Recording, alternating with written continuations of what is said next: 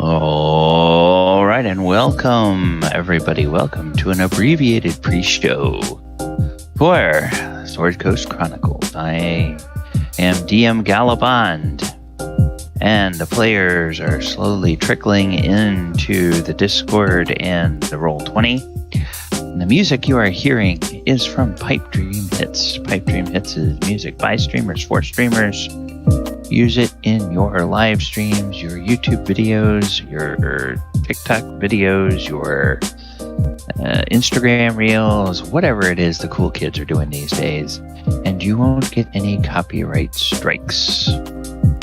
We'll get started just a little bit at the top of the hour. Players, how are you all doing as you roll into the game this evening? Doing good, doing good. Very tired. I'm not tired. I'm doing great. I just got some really good news. Oh? Yep. My brother and his wife, they're 16 weeks. Oh, yeah. Hey, Congrats. congratulations. Is this their first child? It's his first with her, yeah. Okay, cool. Yeah. Oh, we're gonna put it that way. No. When you put it that way, it's a terrible idea. Hello, everyone. Hey, Paul, how are you doing? Very good, thank you. I'm riding a high on milkshake at the moment. There you go. I take your milkshake. Does it bring out the voice that you heard? What? You ever watched that, oh god, it wasn't No Country for Old Men, it was the other one. There Will Be Blood. You ever see that movie, There Will Be Blood? Yeah. Yes, a long time ago, but I have seen it. I take your milkshake. Let's just say my inner Krenraid would come out if anyone attempted such a thing, and I'd bash their head against the table.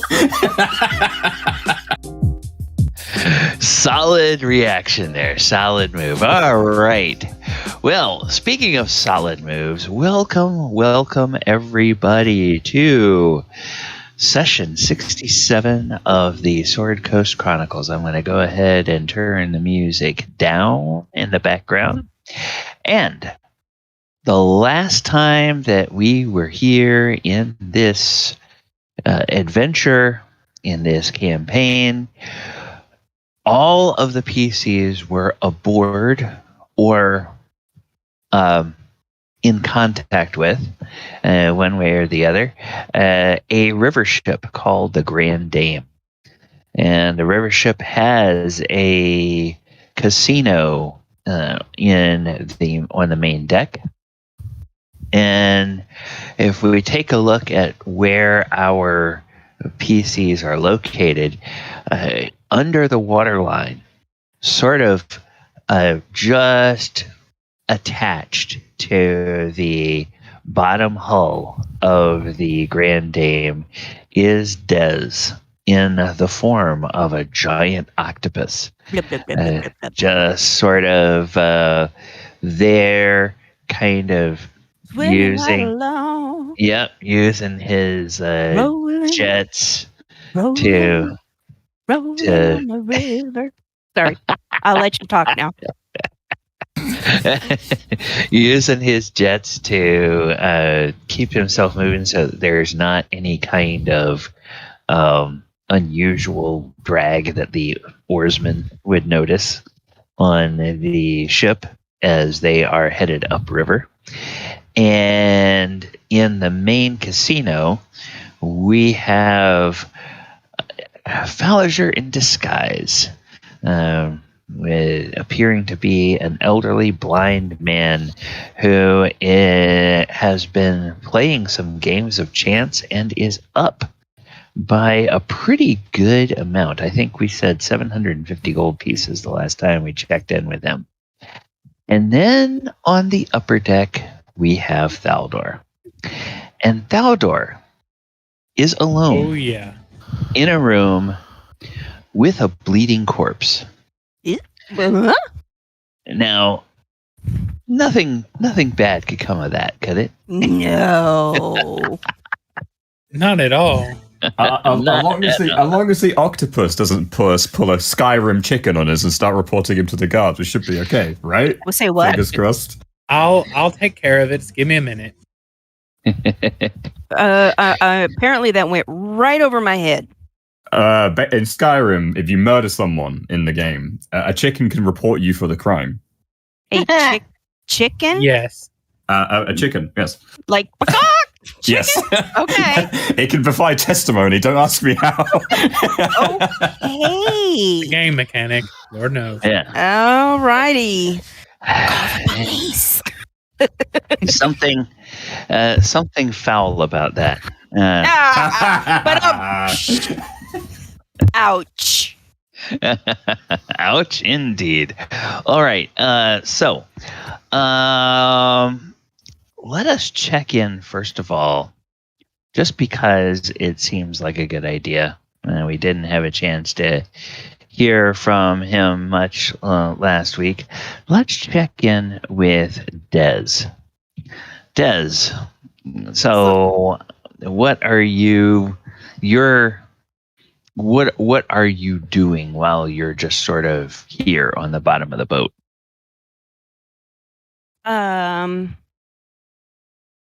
Well, on the bottom of the boat, I'm just kind of swimming back and forth across the bottom, poking at things and flicking off a barnacle here and slug there. And then occasionally I'll like run a tendril up into one of the holes for the oarsmen because it's dark, and we'll occasionally like touch their foot or something and then quickly like pull my tentacle back, just kind of a let's see if I can freak them out a little bit. Just a little. What was that? It was a rat. Oh my god. So okay. You do want to try that. I'll wait until after I can tell people are really kind of distracted or the oarsmen are really just kind of doing the, okay, I'm just tired. Okay, just keep rolling. Okay, so you wait a couple of hours or so. Yeah, it's just kind of, unless something else happens, he's kind of there. If he finds a dark patch, basically if kind of go into an area that might be overcast by trees or something, he might kind of like peek up out of the water and kind of look and then come back down again. Okay. So, well, at the first opportunity you get when you poke sort of the side of your head and one eye just above the waterline and you look at the boat, you can see if you're a little, a few feet away from the boat, maybe closer to the riverbank, you can see that spilling out of all of the ports where the oars are, there is what looks like it must be lantern light or torch light. So they are the rowers are in a lighted area. Now, of course, it is the lower deck, and it's a closed off deck between that and the main passenger deck. But yeah, they're not down there in the dark. Okay. They got to be able to see what they're doing. I didn't think they would be, but either that or I'll go to like the very last one, the very last hole, and then kind of, either that or I'll just disrupt the rowing every once in a while, like, oh, hey, I got stuck on something, Okay. Yeah, you can, when you poke your eye up, I guess octopi must have some way of hearing, probably not external ears, but hearing through membrane of their skin. You would be able to tell that there is a rhythmic pounding like of a big drum that is that's in time with the oar strokes, and that there seems to be pretty strong pulls. This is maybe after the first hour, so either they've got some sort of rotation going on, or these guys are in really good shape and they're pulling quite consistently. So, yeah, you can maybe we'll check back in with you a little bit and see if you want to start, causing some mischief at that point. But within the first hour or so, it's pretty cut and dried there, pretty normal, if you will. There are some fish occasionally, and you can like snag a river trout if you want to eat a raw river trout or something. So, So, okay. And does the boat look like it's in good repair? Oh yes, it looks like it's well maintained.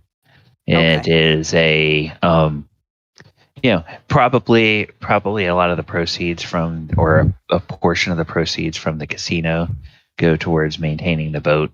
And Gotcha. they keep it very well clean. There's not many barnacles at all on here, and even very little growth of algae on the hull. So it's like they probably take it out of the water every on a regular basis and scrub down the hull and everything. Sounds good. Okay. So we will then go back into the main casino, where we will find Deckard Cain and his entourage. And you have had a little bit of success at the table so far. Do you want to keep gambling, or do you want to go sample something from the dining room, or what would you guys want to do?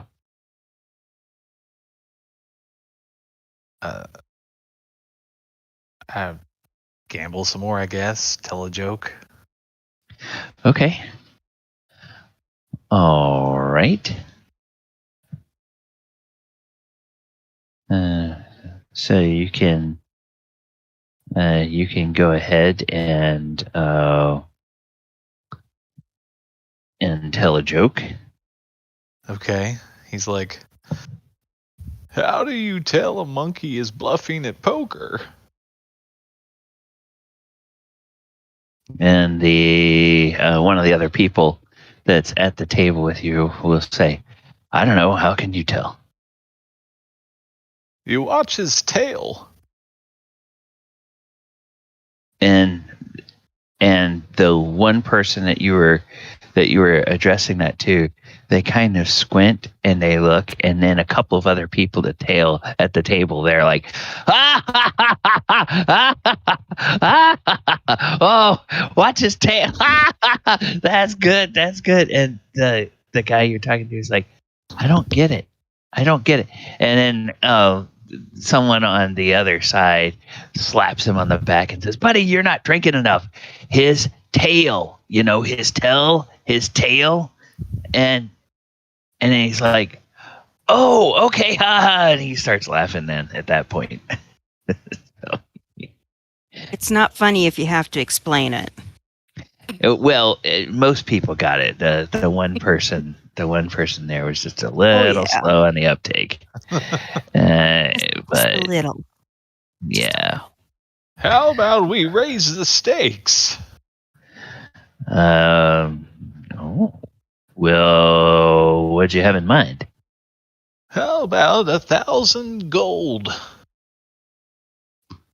1,000 gold. And the dealer will say, yes. And he will, or she will look at Belle and say, yes, this table has a 500 gold limit. There is a 1,000 gold, or there's a table with a 5,000 gold limit that is a little bit closer down there to where the golden goose statue is. And she says, I can get the pit boss to help you get relocated if you would like. And again, she addresses that to Belle. You're very handy capable. Thank you very much, though. I shall lead him that way this instantly. Is that the right word, Deckard? Exactly. Yes. Okay. And I'll just have her help me up and lead me over to a new table. Okay. And so while this is going on, like I imagine Thaldohr is. Oh, that's right. Okay, I remember now. He's off trying to snoop around and gain information. Correct? Yeah. Oh, Yes. yeah, he is. Yes, he is. He is. Oh, yeah. I got the mother load of information when I get back. Belle. Yeah. Deckard. Well, Thaldohr gives Belle like, here you go, dear, and he gives her like 2 platinum. Oh, just for me. Aren't you the sweetest old man? Just kind of bring out her claws a bit and pinch his cheeks so they get rosy red. I hope you know you're not getting this back. As she shoves it in her pocket. Okay. So they get you moved to the next table that has a higher limit, and you are able to get started and get settled in there. And there is a new game starting that will that has the 1,000 gold stakes. And they are playing a variation of basically a D&D variation of poker. So it's using cards that are similar to those for a 3-dragon ante, but it's got the face cards with the essentially what the ace is the dragon. It's got 5 different sets, it's got 4 different suits. It's got the black dragon. It's got the red dragon. It's got the blue dragon, and it's got the gold dragon. So those are the 4 sets, or the 4 suits, and the gold dragon is kind of like the ace of spades, or the gold dragon is the highest suit, if you will. Uh-huh. And so they, it's similar to playing poker, but of course we're going to use our gambling rules that we have, and these rules. I was double checking it in the week, and these are actually ones that came out in Xanathar's Guide to Everything. So they are the official rules, the ones that we're using with the insight, deception, and intimidation check. So the first thing that we will do with Deckard is you'll go ahead and make an insight check, and I will make an opposed check basically for the table. And you get to this particular table, and you can tell that these people are a little bit more serious about gambling and a little bit more experienced. So they might Galabond, really quick, Twitch is still on your intro screen. Oh, okay. Thank you very much. Thank you. We will go ahead and get that. Hey, hello there, William, and thanks for joining us tonight.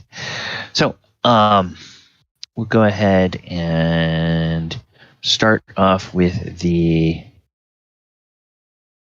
with the insight check. It's a question. Yes.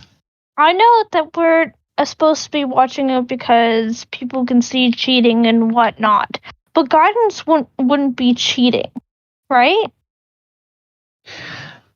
Would We're giving him like bardic inspiration, saying, "Yeah, you got this." Like, I don't think of that as like cheating per se. So, wouldn't raise suspicions.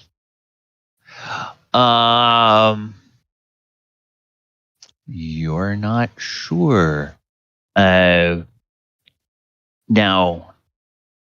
I don't know how much you would, if you would mention anything to Deckard or not, but Thaldohr, you would know that in some of the very fancy casinos in some of the more established cities, there are not necessarily wards against using magic, but there are,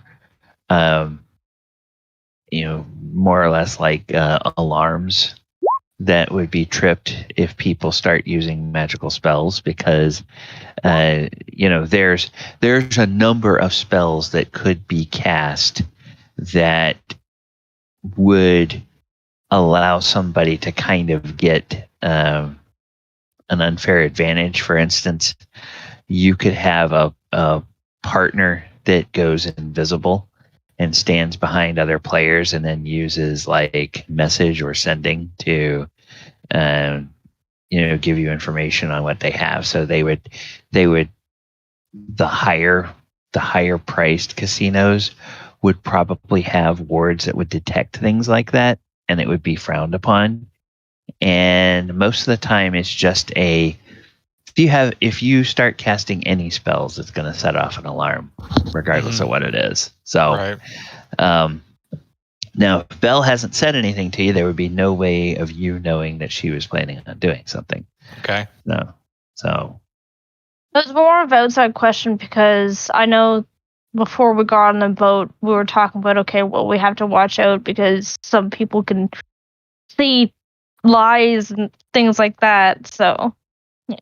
But yeah. Now, you guys have Thaldohr made essentially a mechanical disguise, theatrical disguise for Thaldohr. So he's actually got the clothing and the makeup and everything like that.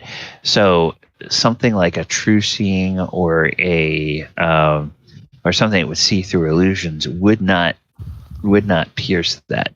He would still appear to be an old man. It's only like if you started really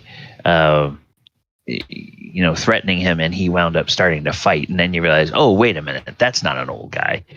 And that guy can see perfectly well. All right. So I'm rolling what again first? First one you're rolling is... Sorry, I'm not casting that. That was an accident. Okay. The first one you are rolling is a check on, oh gosh, where are you?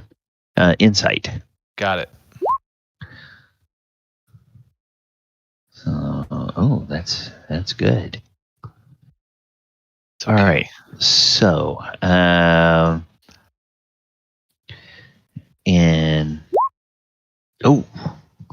so that is there's at least one very sharp person at the Can I use table. my inspiration? You sure can, if you want. Okay. Well, that went bye-bye real quick.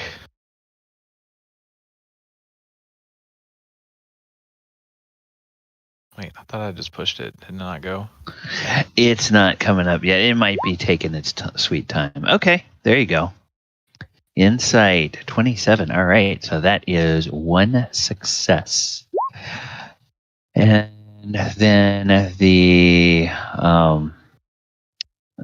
next one is Oh, we have an insight. Then we have a deception check. Deception, you And say? so, yes. Don't mind if I do. 32. Okay. Ooh. Nat 20. Wow. And then they got a nat He's 1. the man. So, all right. So that's 2 successes for Thaldohr. So Thaldohr is going to come out ahead. Now we see whether Thaldohr doubles his money or not. And this is going to be an intimidation check. And with this one, okay. Wow, another nat 1. Yeah. Wow. Okay. So, yes, at the end of this game, it comes down to you and the person that you are playing against appears to be an extremely well-dressed and half-orc.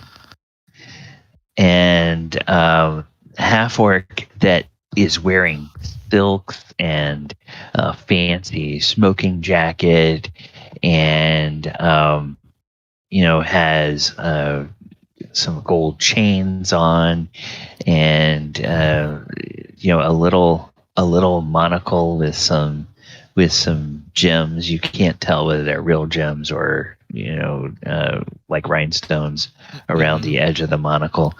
And he's the last player in the game with you, and he keeps looking, and he's the one that got those 2 1s. And his deception, a natural 1 deception, it was so bad he thought that he actually was actually winning by making some of the other people get out of the game, but he kind of wound up fooling himself. And then the intimidation was just bravado that was not backed up by anything. And he was absolutely sure you had junk in your hands, and you wound up having a fantastic hand. And you could tell he's just sort of flabbergasted that you won. And so you wind up getting 1,000 or making 1,000 gold. So the pot you win is 2,000 gold. So that is that. And the dealer will look and will say, Grummark, it's just not your night. And the half-orc says, oh, the night is young. I have more to gamble. I have had a very good year this year in business. I have come here to enjoy this cruise, and I enjoy the fun of the game, whether I win or lose. I will kind of chuckle and say, but you have the whole man spirit. You have to what? The old man spirit. Oh. Yes, and he looks over at Deckard and he says, oh, well played there, old timer. But I wonder, do you have enough courage to double the last bet?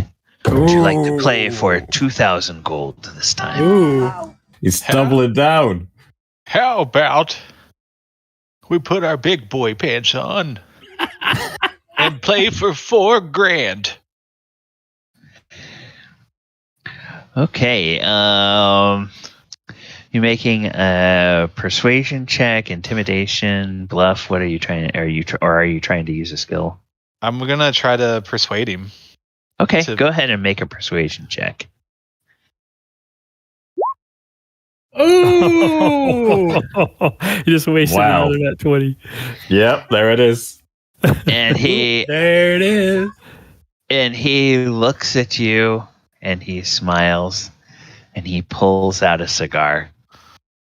And he takes a gold cigar clipper and he clips off the end of it.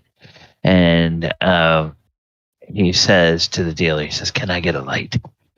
And the dealer picks up a small little box and holds it out and presses a little button, and a single little flame comes up. And it seems like this is probably a magic item that has the cantrip produce flame in it. And it just makes one single little flame, and he lights his cigar off of that. And then he takes a couple of puffs and he blows a perfect smoke ring. And he smiles and he looks back at Deckard and he says, 4,000 it is. I like you.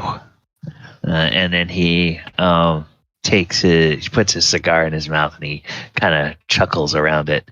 And he says, "Dealer, is there anybody else that wants to join us for a high stakes game?"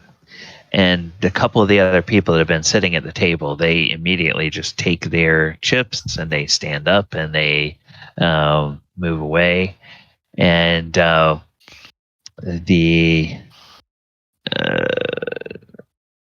the half-orc will look around, and Grimark will say,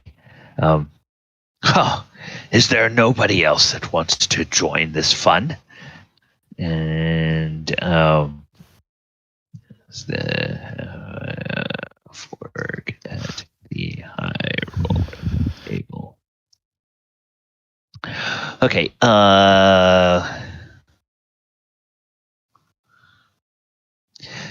And when he does that, there's a female elf and a male human and a tiefling that you can't exactly tell by the facial features or the haircut or the way they're dressed. You can't really tell whether it's a male tiefling or a female tiefling.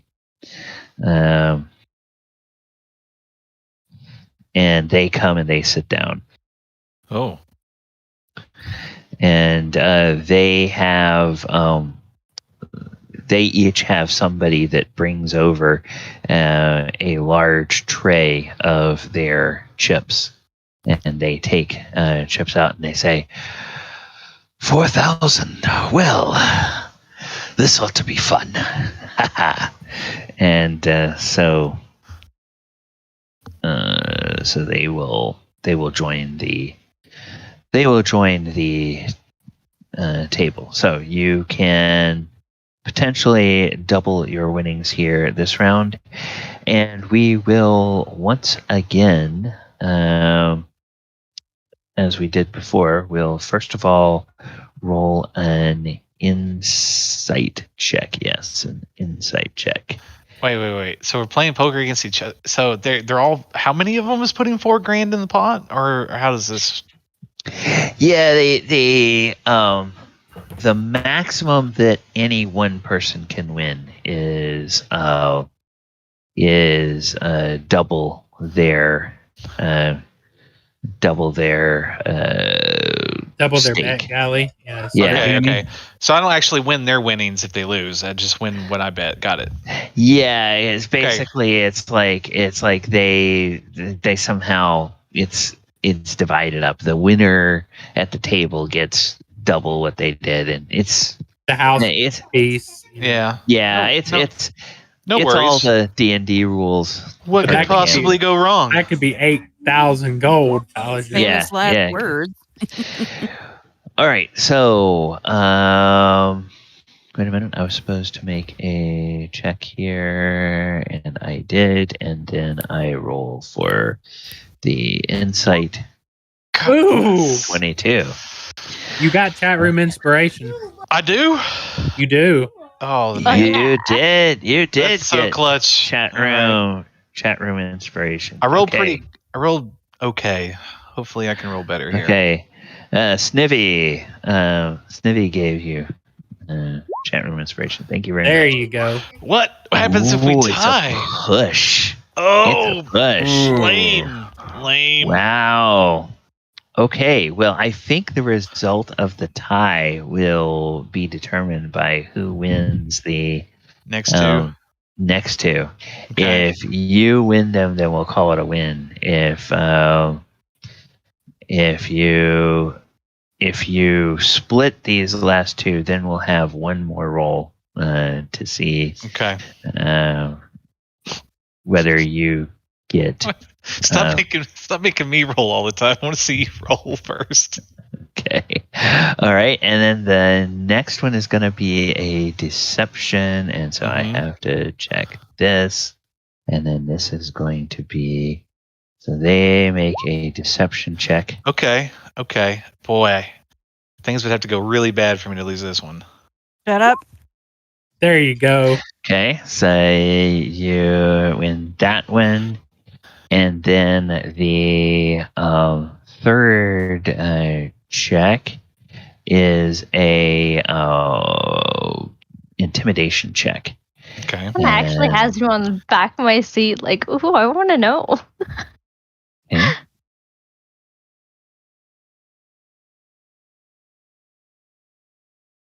Go ahead. Oh, okay. And No. I give you my inspiration. Take it. Okay. All right. Oh wow, he's so generous. That is allowed in 5e as long as the DMs are cool with it. It is allowed in 5e. God, I gotta roll really well here though. +9. Damn. Yeah, these are experienced players. There you Oh! Hey. Hey. All right. Well, You're welcome. you wind up taking this game. Now in this game, the half-orc sort of bows out a little bit early. Grimark bows out a little bit early because he just got apparently crap cards when he was dealt, and so he was a bit bummed. Sits there looking glum for most of the rest of the hand. And the person that winds up winning or winds up staying in this with you is the elf. And the elf is she calls herself Valana.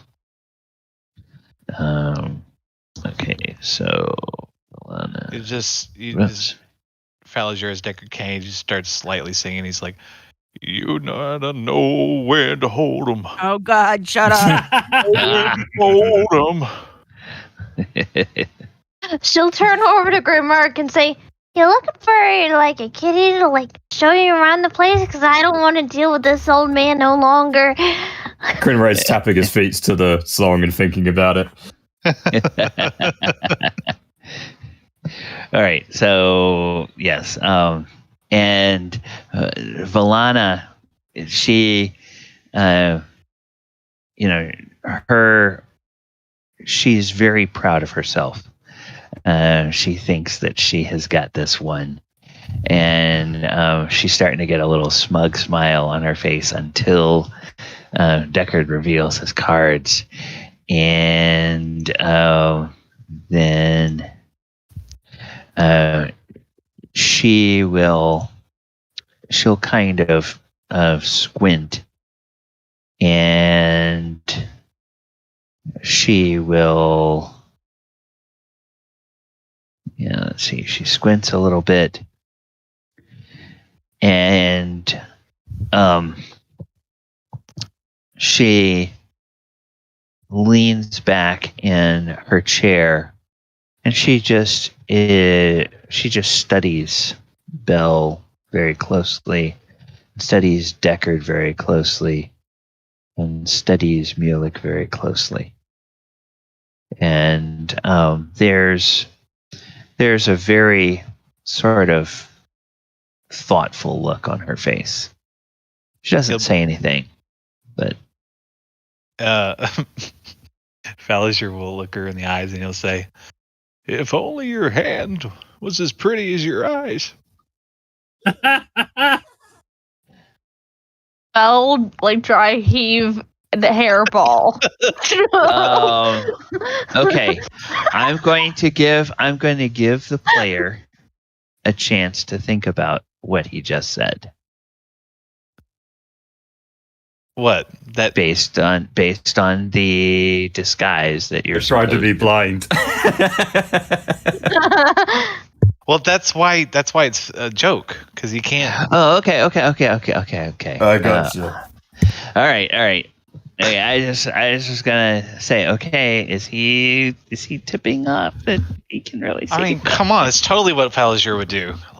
It is totally what Falliser would do. Yes. Okay. All right. I just didn't want the player to, be having a brain, a little brain skip.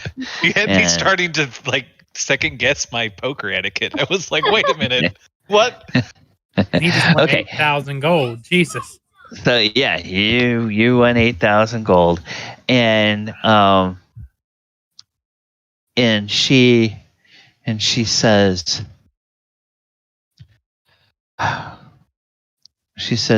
to you, yes, it's a shame that the hand was not better. And then she looks to the dealer, and she says, good game. And she slides a couple of chips over towards the dealer. And then she stands up and takes her rather considerably smaller pile than she sat down with, and walks off with the person that escorted her over, who appears to be an elf male. And with elves, you can't tell the relative ages because they age. They look like they're about 20, 25 years old, and then they keep that look for 800 years. And then when they start looking old, okay, they're probably not going to be lasting very much longer because they age very quickly at the end of their lives. Wait, are you saying that elf is a gold digger? Is that what you're saying? I don't know. But a gold digger. It's like with this really almost dead elf. Oh man. Okay, just to be sure, I won 4,000, right? Not 8. You won a total of 4. So yes, you won 4, and then you won the winnings in air quotes were 8,000, but 4 of that was the 4 that you put right. in. It was kind of an all-in kind of setting. Yeah. Yeah. So you won 4, and you won 1,000 from the previous game. So. I kind of feel a little bit bad, so she'll kind of push Krenraid's shoulder and say, "Look after the old man. I have something to take care of." And she'll dig into her purse and find the most shiniest gold piece. Well, not the most shiniest, probably the 5th or 6th shiniest. And then she'll go follow the little elf that lost and was a little bit butthurt. She's like, "Hey, lady. And she will stop and turn and say, yes. The name is Alala. Right? Yeah. Well, how about a trade? Here you go." She'll kind of hold up the gold piece and say, "You give me a gold piece, I give you this gold piece. It's very shiny, and it's hard for me to do this, okay?"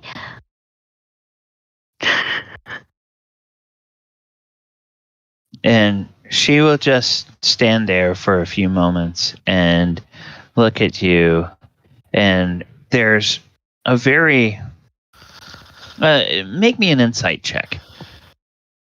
See if you can read her. No, not well. 17? That's pretty good. My passive is 20. Okay, your passive. Well, no, that's your passive perception. Oh, right. Yes. Oops. Yeah. 17 insight. She has kind of an unfriendly look on her face. She just gives you kind of a cold look for a few seconds, and then she just puts her arm through the elbow of her escort and turns without saying a word and keeps walking away from you. Does not acknowledge that. Does not accept an offer of a trade. Doesn't say anything. Just turns and walks away. Hey, bitch.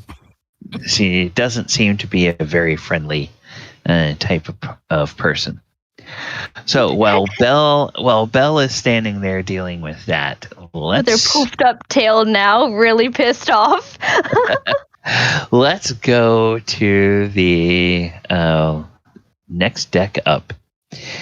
And in the next deck up, we find Thaldohr in Casper Drylund's quarters with the owner of the ship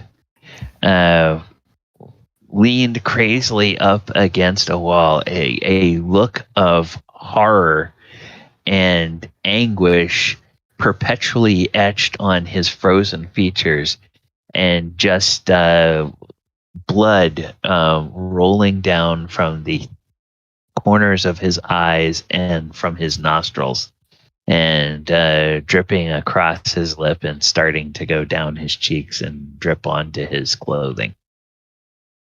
And he's just there, frozen. This ain't the first time I've seen a dead body.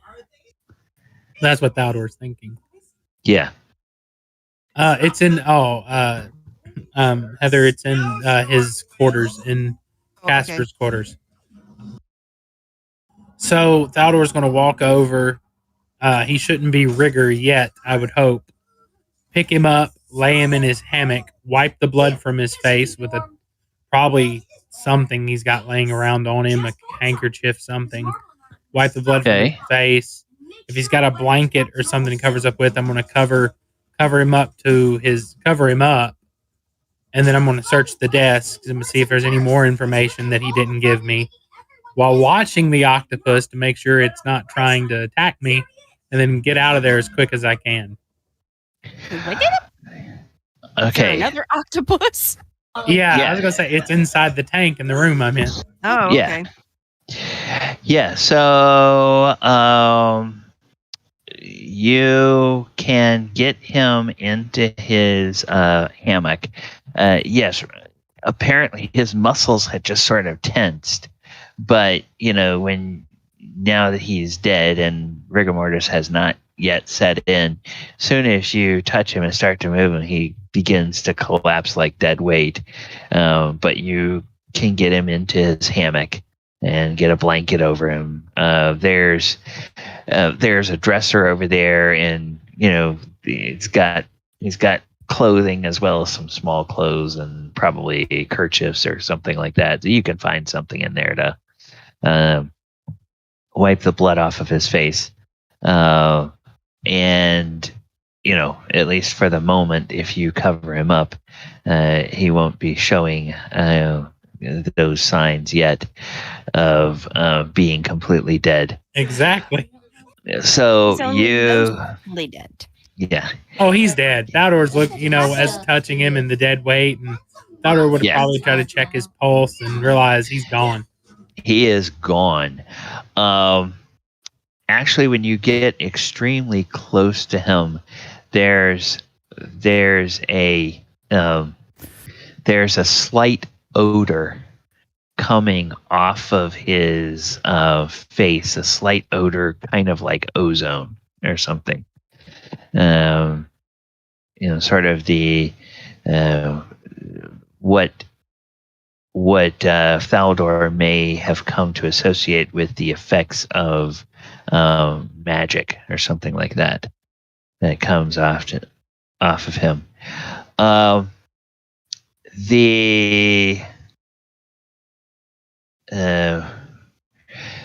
He is carrying a rapier, and the rapier has a bejeweled octopus-shaped hilt. Ooh. And it looks quite expensive. There's also a silver wine decanter and 2 goblets of silver. And then there is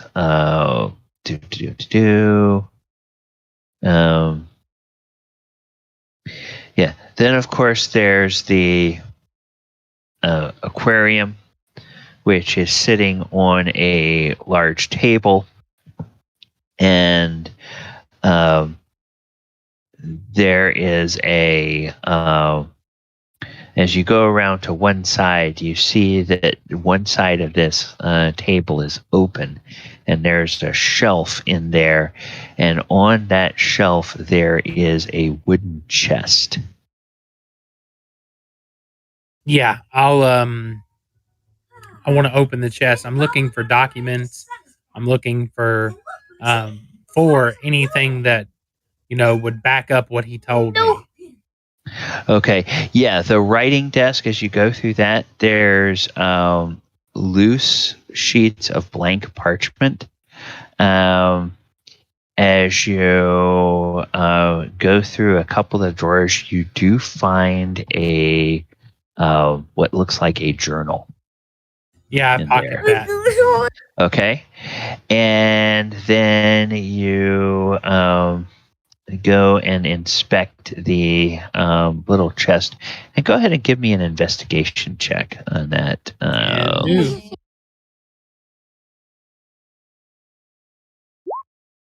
Ooh. That was a low one for me. Yeah, looks perfectly safe. Oh, okay. Ooh, yeah, checking for traps. Yeah, good idea. All right, so yeah, I open it up. Okay, it is locked. I pick the lock.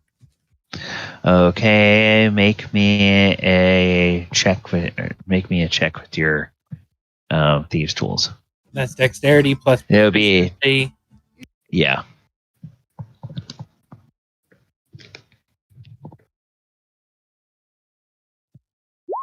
That's +4, so 15. Okay. As you attempt to unlock the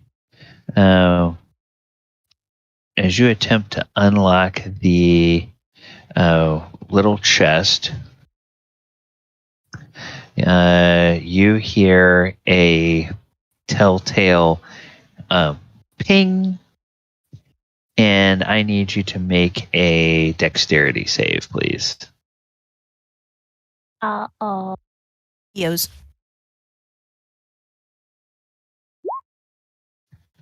16. 16. Okay. Then you wind up, just sort of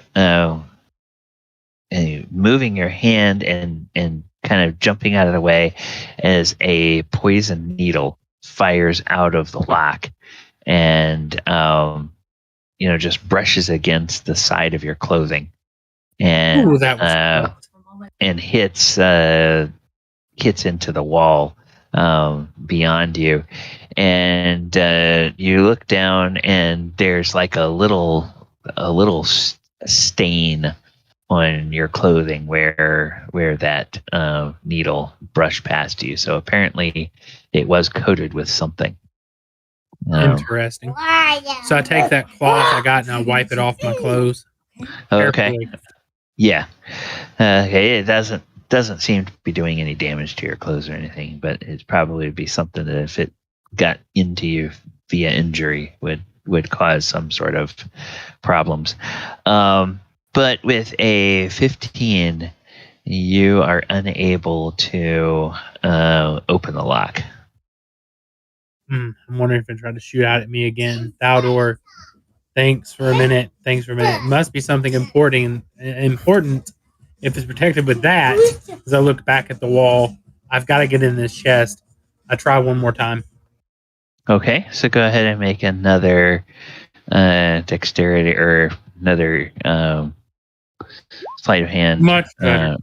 Dexterity plus 24. Yeah, 24. Yes. Okay, so this time it doesn't take much, and you are able to successfully unlock the chest.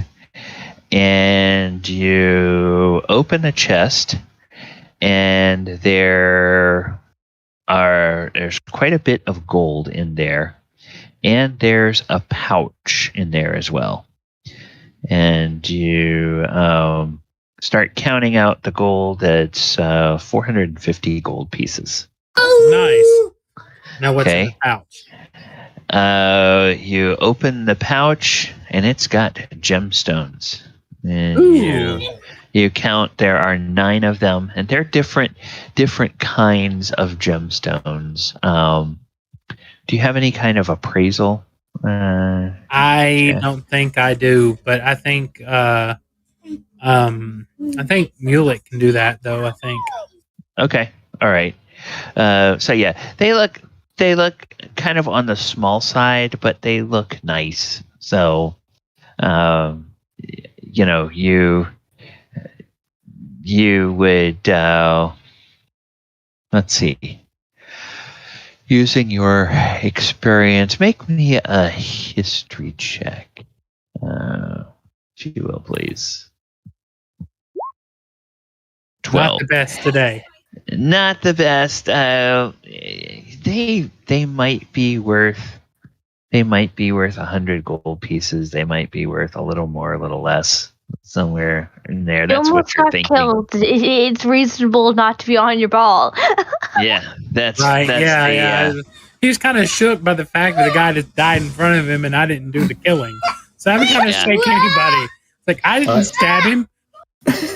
What happened here? This is weird. Right. Yeah. So Thaldohr's trying to what in Thaldohr's mind, what he's trying to do is he's trying to clean up the scene, look for anything valuable, any more pertinent information. That's why he's got his journal, and he knows where the storm giant is now and where he's gone. So he's just trying to clean house, get everything back in place. Because after he opens the chest, takes everything out of it and pockets it, I put it back in place, close it. And then also I re-triggered the lock as I closed it so that if somebody else tries to open it, they'll get shot. And I'm going to sneakily get my way out of there and lock the door behind me. Okay. All right. So make me a stealth check as you exit. I'm going to say you have enough time to position the body and do everything. Okay. All right. So you wind up going out and then make one more sleight of hand check to see if you can get the door locked. Oh, yeah, easily. Yeah. All right. So you are satisfied that everything is just the way you found it, except for the fact that that Casper Drylund is dead instead of alive. As I was picking him up, the only thing I found on his body was the rapier. That's it. But I left it. I didn't take it. Okay. All right. Yeah. That was the only thing of obvious value. His clothes are fancy, but they're kind of a gaudy fancy more than a really, really fine, elegant. Right. I only know one other person in Faerun that would like those clothes, and no, I'm not taking them to him. No, and a visit to the awning portal is not in the agenda. Thaldohr's immediate plans. No, not today. So, all right, so. Yeah, so you leave, and then where would you go? Would you go back down to the. I want to go back down, but I also want to make my way towards. I don't want to alert the party yet. I want to make my way back towards the dining room so that I can get the attention of my contact. Okay. All right.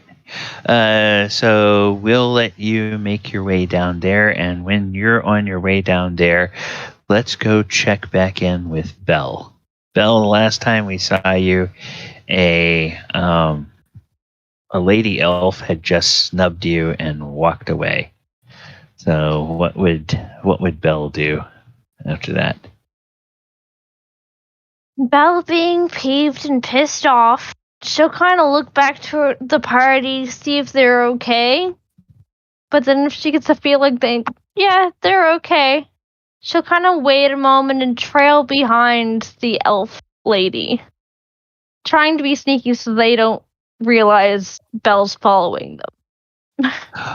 Okay, so Belle, we're gonna go ahead and let you make a stealth check.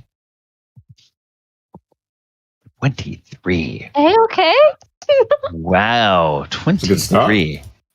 You beat the rogue by Okay. 1 point. Yeah, so they begin to make their way up towards the dining room, and which is towards the front of the ship. And they go and they take a table over on, as you're looking towards the front, it would be over kind of on the right side. It's this this lady elf and her male elf companion. And they go over and they will sit down, and as luck would have it, they sit down in such a way that her back is towards the entrance to the dining room that you would come in. So you're kind of looking at her back, and the male elf goes and sits across from her, reaches out, and is like holding her hands and is leaning across the table and seems to be saying something to her. But there's other people in here dining, and there's a little murmur of conversation, and they're talking very quietly, so it's not something you can overhear.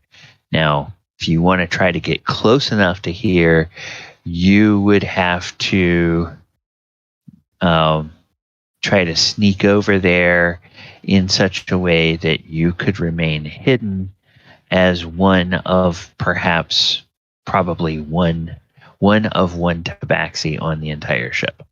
So the question is, do you want to sneak over there and listen in on their conversation, or do you want to just sort of keep an eye on them? I'll kind of scuff and lean up against the wall, kind of way a bit, so they can just keep an eye on them for now. Just to see what they're going to eat, or if they're going to go back to their room, or anything of the sort. So she's waiting and feeling it out. Okay. All right. They will sit there for a little bit, and as Belle watches them, I guess, Belle, I'll go ahead and I'll move you up to the corner of the dining room since you're up there watching what they're doing. Then we'll go back to the casino. Deckard, what would Deckard like to do now that he's won a little bit more money? And missing his kitty cat. My goodness, yeah. He doesn't want to gamble without his lucky kitty, so he's not doing it. Okay. He's gonna be like, well, I think I'll sit this one out and go to the little boy's room. And I don't really have a room for little boys, Deckard. He kind of pats Krenraid on the hand, as in like, hey, take me to the restroom. Okay. But I don't think they have a little boys' room. And actually, one of the dealers, or the dealer at the table, will say, as he starts reaching for Krenraid, will look at Krenraid and say, if you take him aft behind the casino, there is a privy that you can use. He said he wanted to go to a little boy's room, not a privy. I believe he meant the privy. Did you mean the privy? Yes, Krenraid. Oh, okay, right, yeah. Well, right this way. All right, so Can I carry him? I can just see Krenraid just walking in front of him and start walking. He's like, oh, right, you're blind. That's it. I was about to say, Krenraid takes off rather quickly, then backtracks. Oh, wait, hold on, that's not right. And attempts to pick up Thaldohr in a princess carry. Oh my gosh. Yes. I don't know any other better way of carrying a blind person. That works. And there's you certainly have the strength for it. Thaldohr, would you let Krenraid pick you up and carry you? Oh, absolutely. Okay. All right. So yeah, you can. You really are his muscles, Krenraid. Yeah, we're gonna have a wonderful time together in the bathroom. It's a. They got him right there. Our friendship is really a lifting experience. Oh, But can he take you higher? You know what? Dude, Okay, stop. Bruce Springsteen. Thanks. Okay. All right. So there's a actually. Well, Do I have? Deckard doesn't even have to ask him if he'll hold it for him because his gold is on the table. Oh, I am sorry. She Yeah, did. it's got that.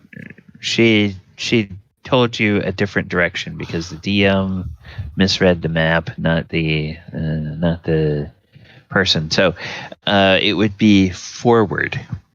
So So Mulek just gets left there at the table watching the gold, I think. yeah.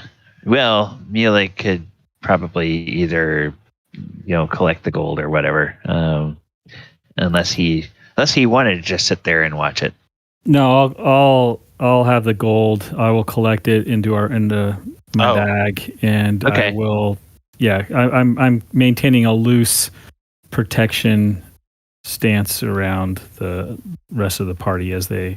I figured I would just come back, or unless out of character, you guys think No, I should would stop rather. gambling. No, I'm just gonna follow. I'm not gonna remain alone. Okay, I'm got gonna, it. Yeah. I wanna make sure the party doesn't get too spread out. So. That's smart. Okay. That's smart. So the head is actually at the front of the boat and on the lower deck. So you go up here to this place and then go down the stairs, and the head is over here. So there it is a little privy. There's actually two. The gentleman's is over here, and the ladies is over here on this side. So there's a it's kind of like the privies you've seen in some castles where it's a wooden bench that has some holes cut into it, and you hike up your robes and you sit your keister on the wooden bench, and you do what you have to do into the hole, and then they do offer some. There are what appear to be moist, and it's a large pile of them that are intended to be one use each.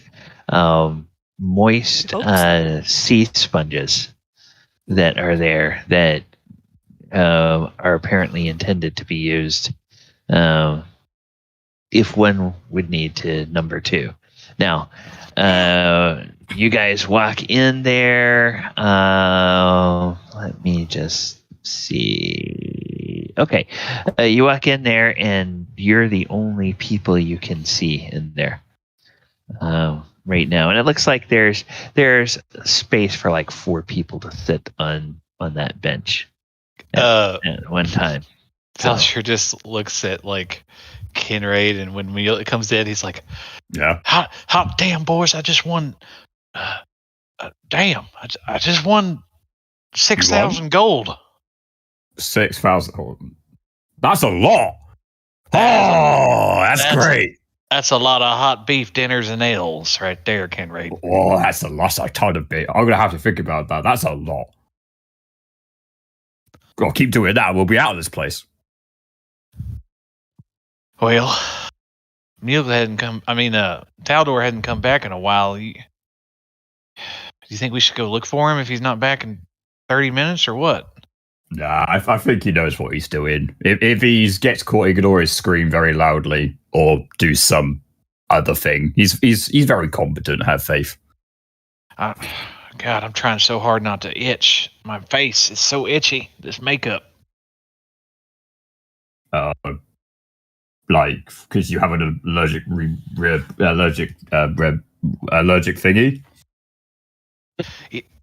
Yeah, it's hot and a little sweaty under this makeup. It's making me want to scratch, but I can't do it. I can't smear the disguise. Oh no, that would be bad, because if you get your disguise off, then they're going to know who you are, and then they might go get the guy with the big sword who's turned into a frog. Yeah, bingo, buddy. Right. Yeah, we should watch what we say. I can't watch what I'm saying, but we should be careful. Be careful what we say. We don't know what ears may be around.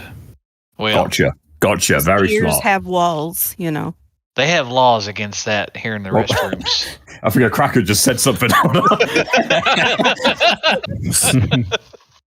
Looking up, trying to look down the hole, see if there's a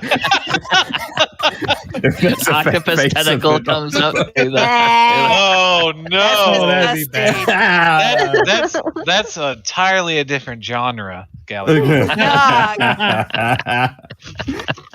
Disgusting. Oh God, I love those jokes. Okay, so smoking in the boys' room happens, and and then Thaldohr, you make your way back down to the main deck and head towards the dining room. And when you walk into the dining room, I would like you to roll me a perception check. Can do. Can you spot the only My tabaxi? passive is 19 though. Right. And I rolled no. Bell, you on the strength of your 23 stealth, you kind of have been over there by the wall. You see Thaldohr walk in. His head turns and he almost looks right at you, but he doesn't seem to see you. And he just walks in, and it looks like he's trying to find a place to sit down. I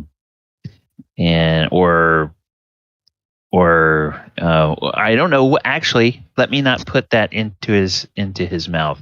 Thaldohr, you walk into the dining room. What would you want to do? Would you want to try to find a place to sit, or? I'm just looking for my contact, see if he's in the dining room. Oh, okay. You look and you see somebody taking drinks to a table over on the far side of the dining room, and yep, that's your guy.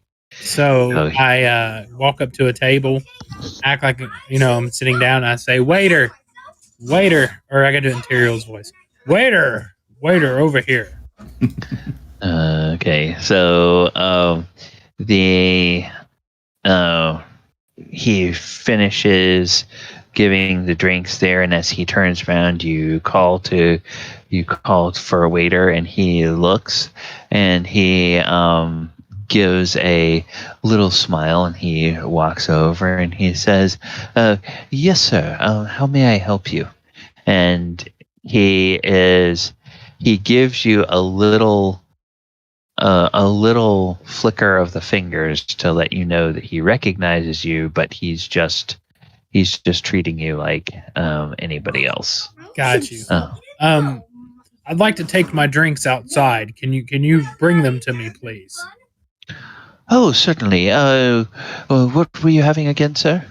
The ale, please. Oh, excellent choice, sir. I lay a gold down on the table for him to keep up appearances. Oh, wonderful, sir. I'll be right out with that. Thank you. So, before Thaldohr can get up to go aside, she'll wait until the person left, so it doesn't look like she's rushing over, but she'll kind of place the hand on her shoulder and push him back down and say, "You still have any more of that hot sauce, and you think you can slip it into someone's drink?" Well, our buddy had the hot sauce. I don't have the hot sauce, but You have poison? Do you have something? Shh. Or just I drag her outside real quick. by the ear. Yeah. You know the spot on cats' necks where it kind of makes them stiffen up? I grab her right there and bring her out the door. I was like, her head just sort of lolls over to the side. Yeah. So I bring her outside on the deck real quick, and I was like, "Belle, shh. I'm trying to talk to my contact here from the Thieves Guild. Look, here. And I'm trying to poison this stupid..." Shh. I put my hand over her mouth and just keep it there. Listen to me for 2 seconds. Lick his hand. Ooh, God, it feels all sandpapery. But listen. Here, and I reach in my bag. I give her some of the forget-me-not. Okay? Put this much in whoever you're trying to, whatever you're doing, and Lord forbid, the gods forbid, don't get caught, because that will blow all of our cover, okay? Just be careful. And I still got my hand on her mouth. Be careful. If you're quick enough, you can get it into their drink or whatever, but that will make them fall asleep. They'll forget the last 2 hours, and that's the best I can do, okay? Then I removed, and I said, make sure you're quiet, and I'll remove my hand from your mouth. I'll inhale sharply and longly, and she'll say, "If I double the dose, will they sleep forever?" Will they sleep with the fishy? All right. I hear a glug, glug, glug from the side of the ship. No, Belle. Why are you trying to? I do the motion of my hand, my thumb across the neck. Why are you trying to somebody? Because this really snooty person. You know what? I was willing to trade this for one of another gold piece. She'll kind of raise it up and sway it around space. I do one better. I reach in my bag and I pull out one of the gemstones I just got. I was like, look, I will give you this shiny if you forget about trying to harm somebody for the moment. And I might be able to give you another shiny later if you're really good. So here, take this shiny. I put it in her hand, close her hand up. Do not go after the person. I put the forget-me-not back in my bag. Just let it go, and I will take care of it, okay? But right now, we've got bigger fish to fry than what's going on with you and somebody that you've scorned you. So let's just handle it. Let's handle the big fish first. Let me talk with Mulek, Krenraid, and Deckard, and we will go from there, okay? I'll look at the shiny in her hand and say, "Only if you promise we can harm her later." Yes, later. I promise. We'll figure it out. Well, her name's Viviana. It's something like that. She wasn't like an other elf, and they're like, "Oh, you sweetie," things like that all on the table. Okay. I got you, Belle. But she's over in the corner, and she's over in the corner. If you look inside it, they're right next to that door. So okay, yes, okay. I'll I'll talk to my contact. I'll get that handled. But first, I got other important matters with my contact. Give me a piece of her hair too. I don't know about that. I'll do the best I can. You're the best, Thaldohr. She'll kind of tap his arm, then she'll run back and try another way inside the door to go down to the casino again. See, right quick. I believe that Belle has the alchemy jug, which can make poison. That we found a long time ago. Just a little friendly reminder.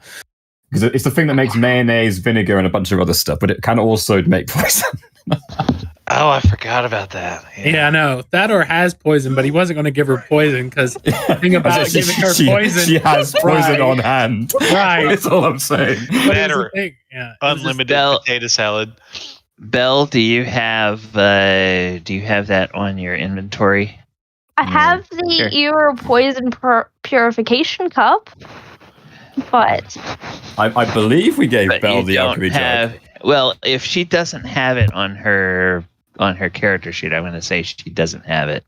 But yeah, I don't think I have it. It's just sitting in our party loot, basically. Probably. It might be sitting there. Yeah. So, yeah. But that's why I gave her the shiny, because I was waiting for my contact to come back, because I have to. Thaldohr's got a million things running through his mind, and her trying to kill somebody's not one of them. But Belle, when you get to a place where there's some good lantern light, you open your hand and you look, and it looks like Thaldohr has given you a nice shiny sapphire. Oh, can I investigate it more? Let's see. Now you're a bard. Yeah. Yeah. Do bards have some sort of feature where they can do? Let me just take a quick peek here and see appraise.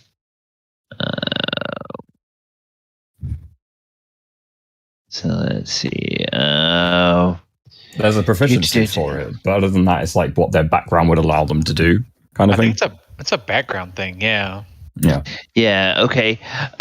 Do you have something in your background, Belle? It'd be appraisal. It's probably tools. A rogue. Okay, appraisal tools. You can either use the appraisal tool proficiency, or I think it's purposely very ambiguous to allow like player characters to experience. Yeah. You don't know what it's worth, but it comes to your mind that if you took this to one of the cashiers at the casino, they would probably have the means to appraise it, because they would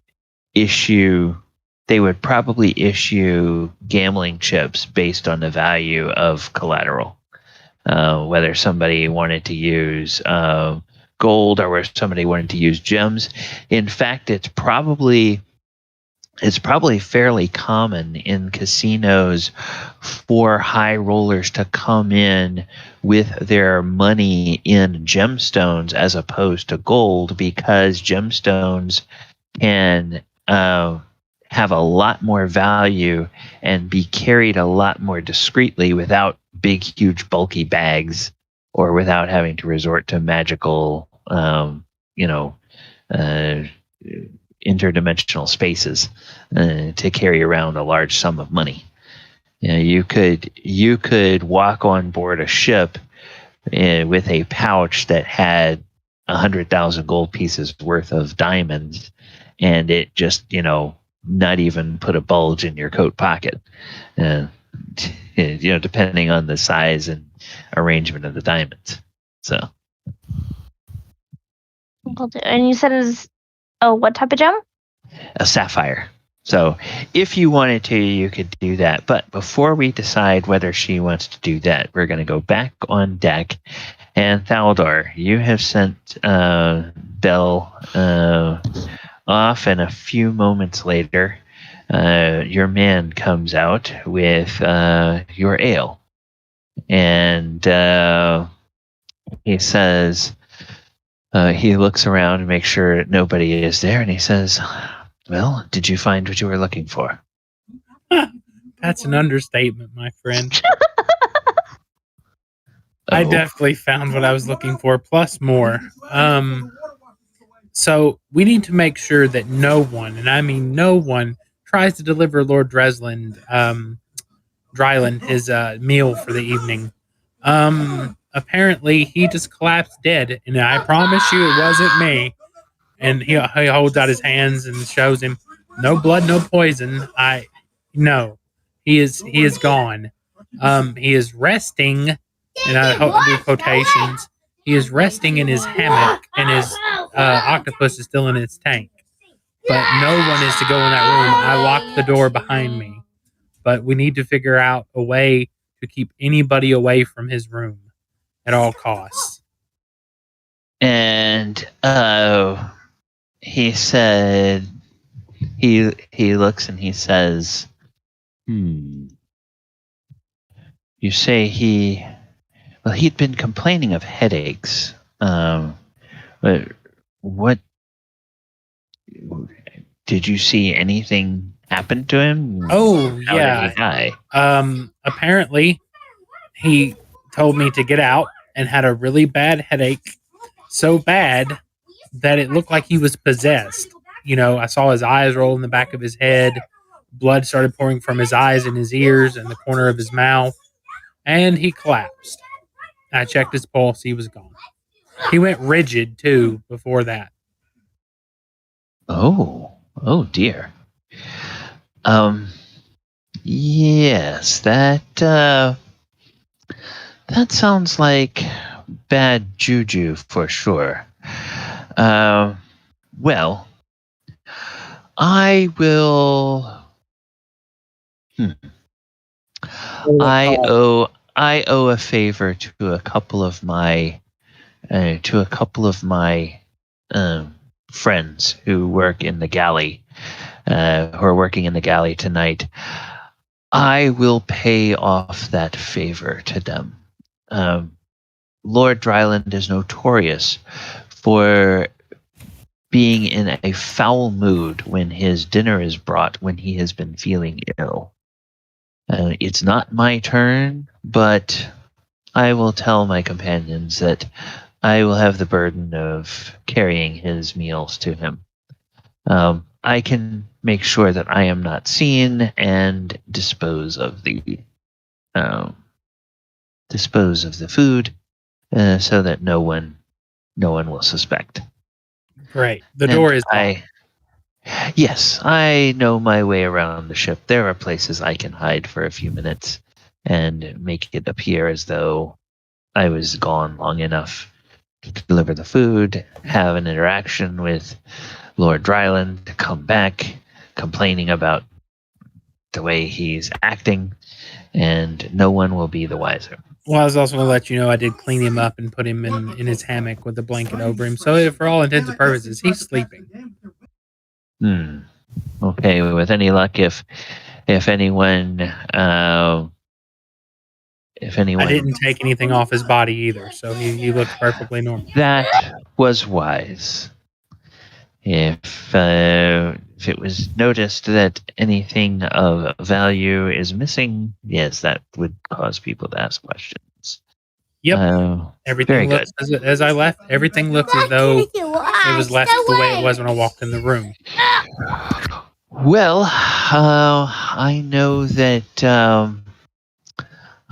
Our Lady is going to be happy to hear this news. She never had much use for Lord Drylund. But just don't tell her I killed him, because that's not true. I don't want to take the credit for that. And Thaldohr's just like thinking, he's like, oh God, they're going to think I killed the man. No. Just take care of that for me. I really appreciate it. I want to give you a gift, so I give him 10 gold pieces. Put it in his hand. This is for you. Thank you. If you need any more, just ask. But this is all I can do quickly. Here's 10 gold. Thank you. And I need to find my party. Do you know where they might have went? I did see the dwarf carrying the old man forward and down the stairs as though they were going to the head. I'll go check that out. All right. Thank you, sir. And I give him the 10 gold. Okay, and he thanks you, and he says, "Have a lovely evening, sir." As he turns and walks back into the dining room and towards the kitchen. So, all right. So I go meet then, up with the guys. I walk downstairs. okay. All right. So Thaldohr goes downstairs and meets up with the others there at the. We're all meeting in the boys' room. Yes. Smoking in the boys' room. Don't you know all men go to the bathroom like herds? It's for safety. Right. Krenraid. I look over. I see Krenraid. I see Mulek, and I'm like, "Where's Deckard?" I take it a dump. Oh, okay. I knock on the door. Deckard, are you okay in there? Oh, I gotta do it in Teriel's voice. Deckard, you okay in there? Deckard. Did Ken step away? Yeah. Okay. He might have.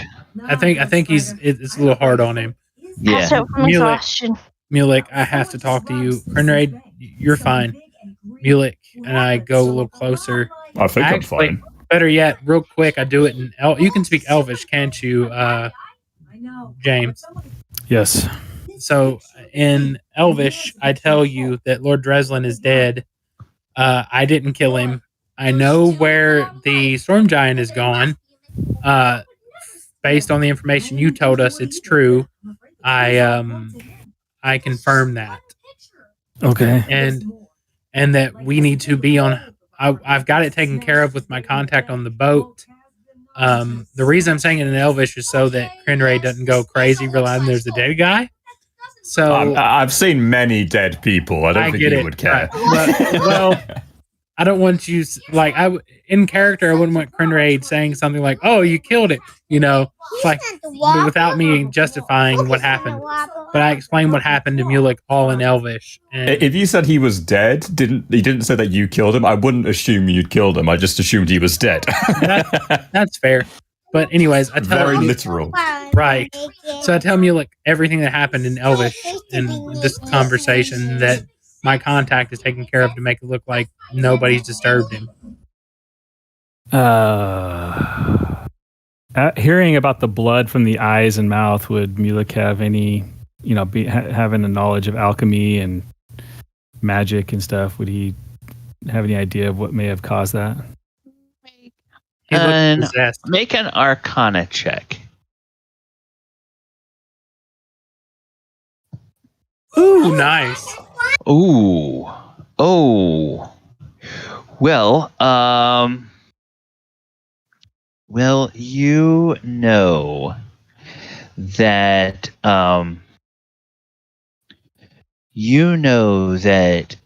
extremely powerful creatures have the ability to scry upon, and in some cases that scry upon other people that have a connection with them, and in some cases that scrying ability includes the ability to deliver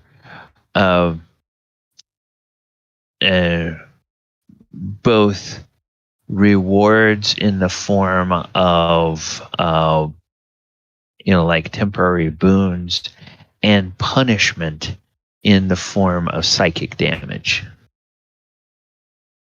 And so if this you guys have heard wind of this Kraken society. If this guy was somehow connected to an elder aberration like a Kraken, it's not inconceivable that the Kraken had some way of knowing what he was doing and saying. And the danger, of course, is if he did, then he would know who Thaldohr is, or would know that Thaldohr was talking to him. Disguised. This is not good news. We are not safe here on this boat. You may have been watched. You may think that no one saw you, but it's possible that someone saw you in your disguise. Well, that's easy. I would just come out of my disguise. But they may have seen what you did in that room, what you may or may not taken from that room. I don't know. You told me you haven't told me what you did in that room, I guess. So after he passed, and then I'm gonna say this in common. After he passed, I put him in his hammock, wiped away the blood, cleaned him up, threw a blanket over him. I'm saying it quietly. Put a blanket over him, checked around the room, looked for anything of importance. I showed Mulek his journal. I found his journal. And then I found some goodies, just some gold and some things, and I stashed that and put the chest back where it was, locked it. Nothing out of the ordinary. Everything was put back in place. Left everything on his body. And I was really tempted by the shiny, nice rapier he had, but I left it. And I just locked the door behind me. Okay. That was powerful magic that took Casper Drylund, is what I believe, and he did seem powerful scrying magic, and so that's what's leading me to believe that what you saw in there was not seen by you alone. And I think we need to leave this ship as soon as possible and continue our search. Well, I told you where the ship. Yeah, where the ship was headed. He told me. Where was it, Galley? Where was the ship headed to? The storm giant. Yeah, it is called. The ship is called the Morkoth, and it sails around the northern islands of the Trackless Sea. So that's where it's heading.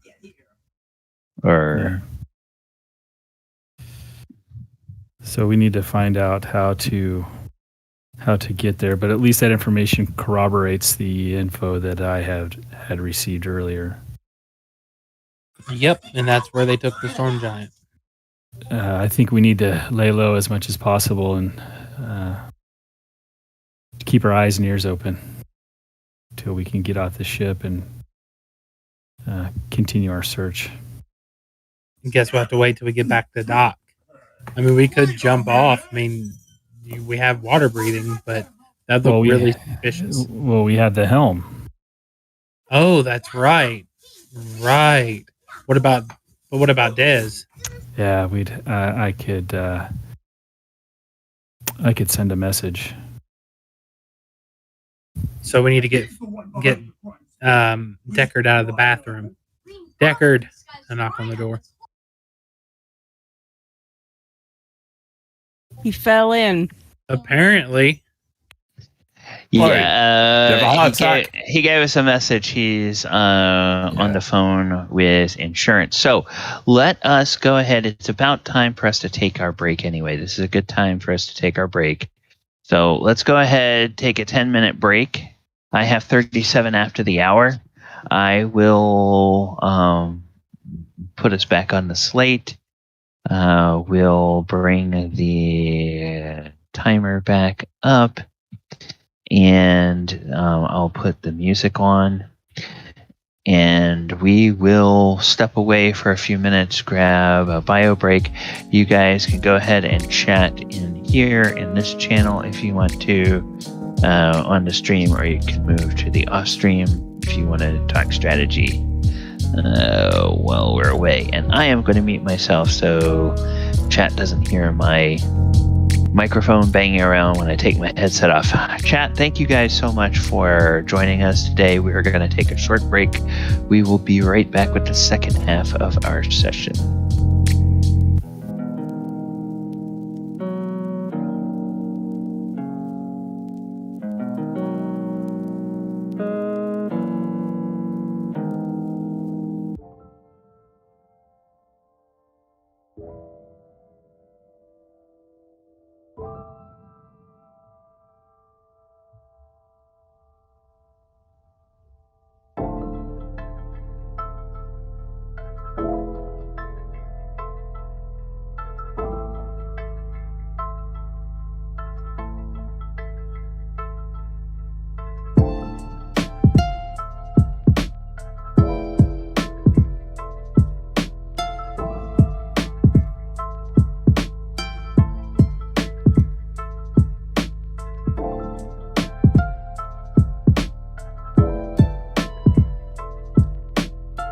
Hello?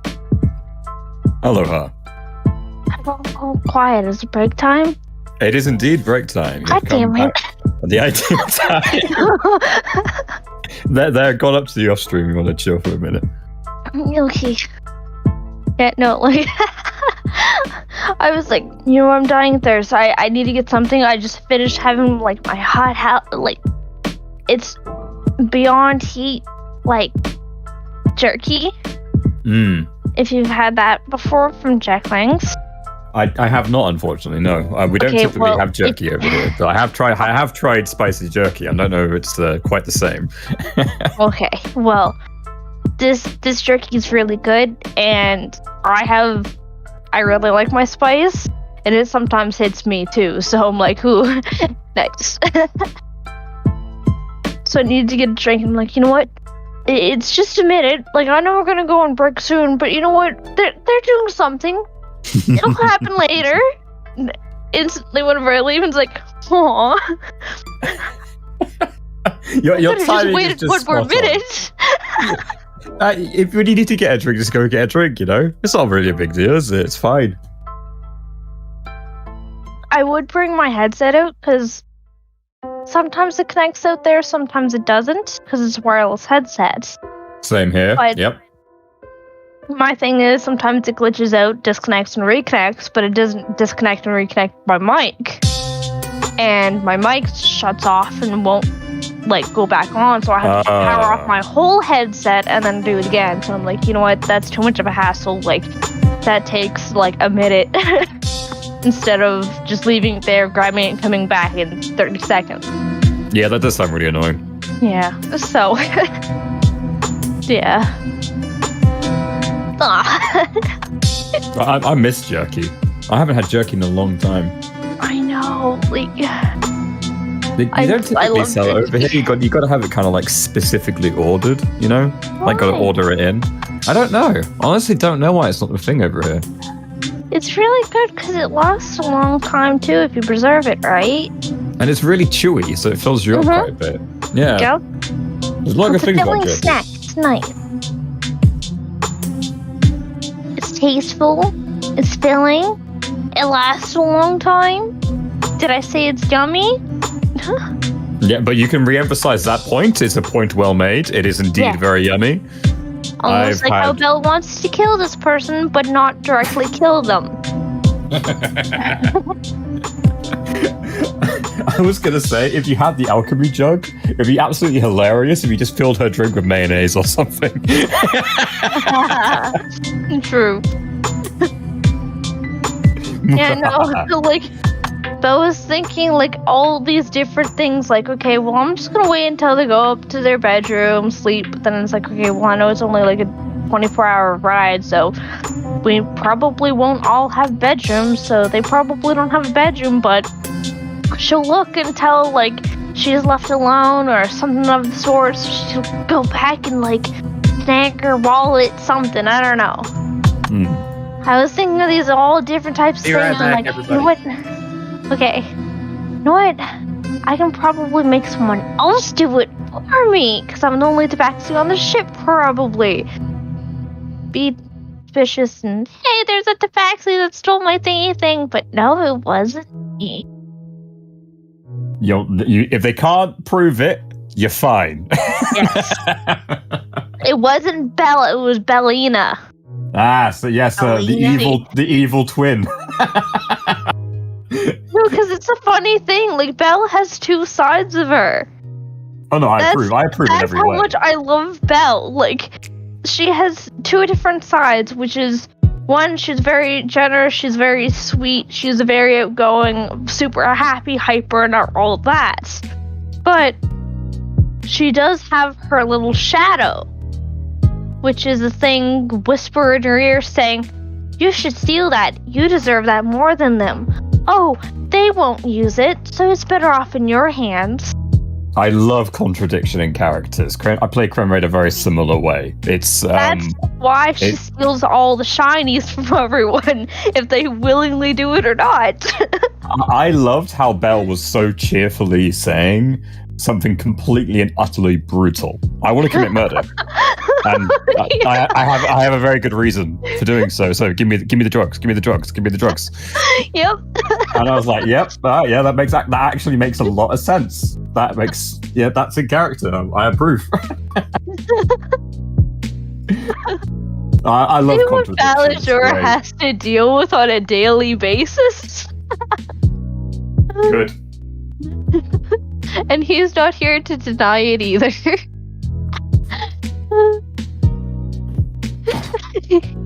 Yay. Yeah, he's talking to insurance right now. Probably about a crazy cat lady that's about to poison everybody, but whatever. True. You know what, maybe. As I said, I'm always a fan of contradiction, and if that contradiction informs some form of brutality, then yeah, I'm all for it. Can you guys hear me? Yes. Okay. Are you ready to kill someone? No, we are not killing anyone. Yeah, we are. I will not let you kill anybody. On the ship. We're not. Bellina is. Bellina is quite right. Yes, yep. the evil twin of Belle. Yes, she has black fur instead of white. Oh, definitely. Yeah, can you cast illusion magic on yourself? I wonder. Is that something you have access to? I don't know. I probably do, but bards have to pick their spells. I think I have hallucinary terrain.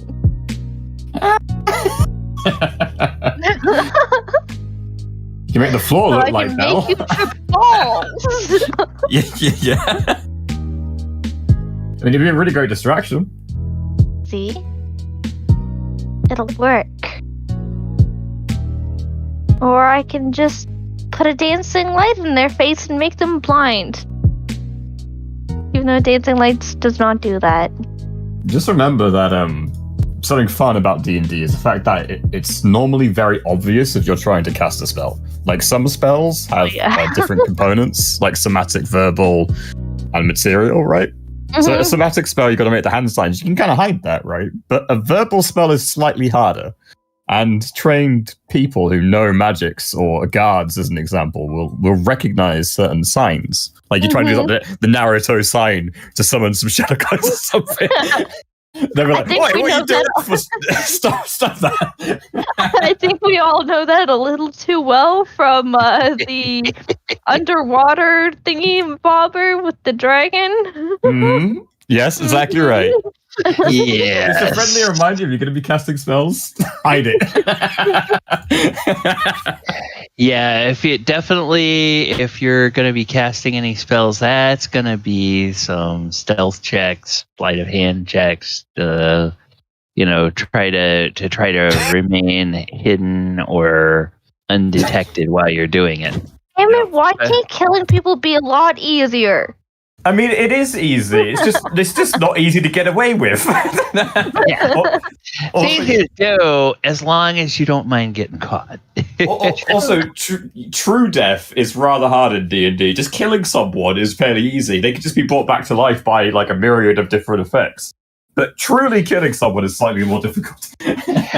Yeah, and when it's a non non-important NPC, it's usually pretty easy to get them to stay dead. It's when you have a high level character or high level NPC that's an integral part of the campaign. That's when it gets harder to make them stay dead. All right. She'll stay dead. She'll stay dead. All right, so let's go ahead and come back to the map here, and I see we have everybody in the Discord. Let me just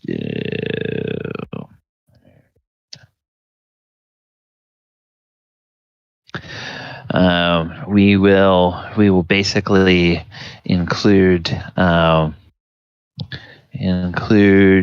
Thaldohr as an active character when Ken indicates that he's back with us.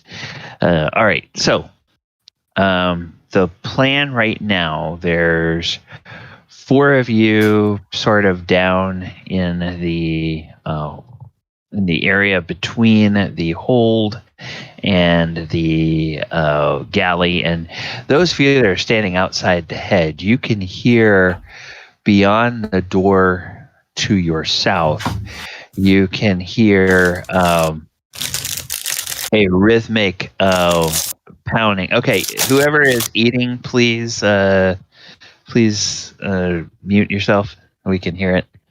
All right, so the down to the south, there is a door, and beyond that door, you can hear the rhythmic pounding of a drum, and sort of some other associated sounds.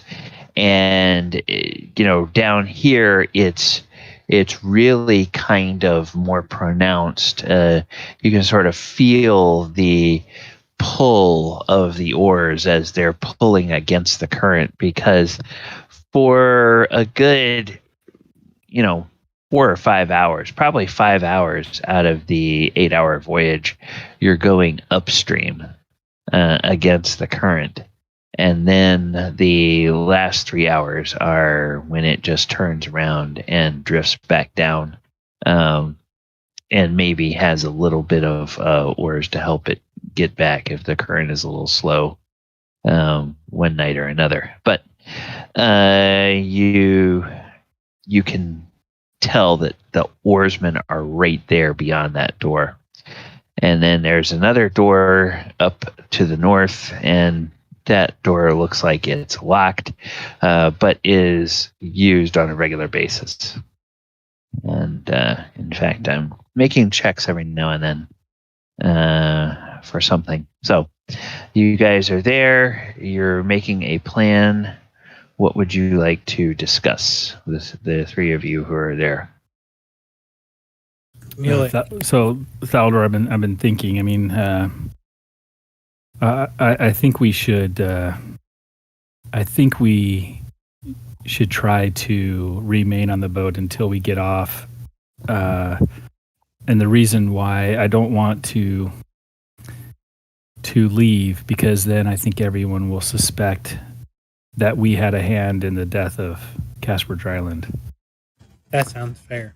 But I do think we need to be careful and keep our eyes open. So far, we're passengers on a boat. We've been accompanying our good friend here who's made a lot of money. We probably want to slow that down a little bit, may even want to see if we can lose some.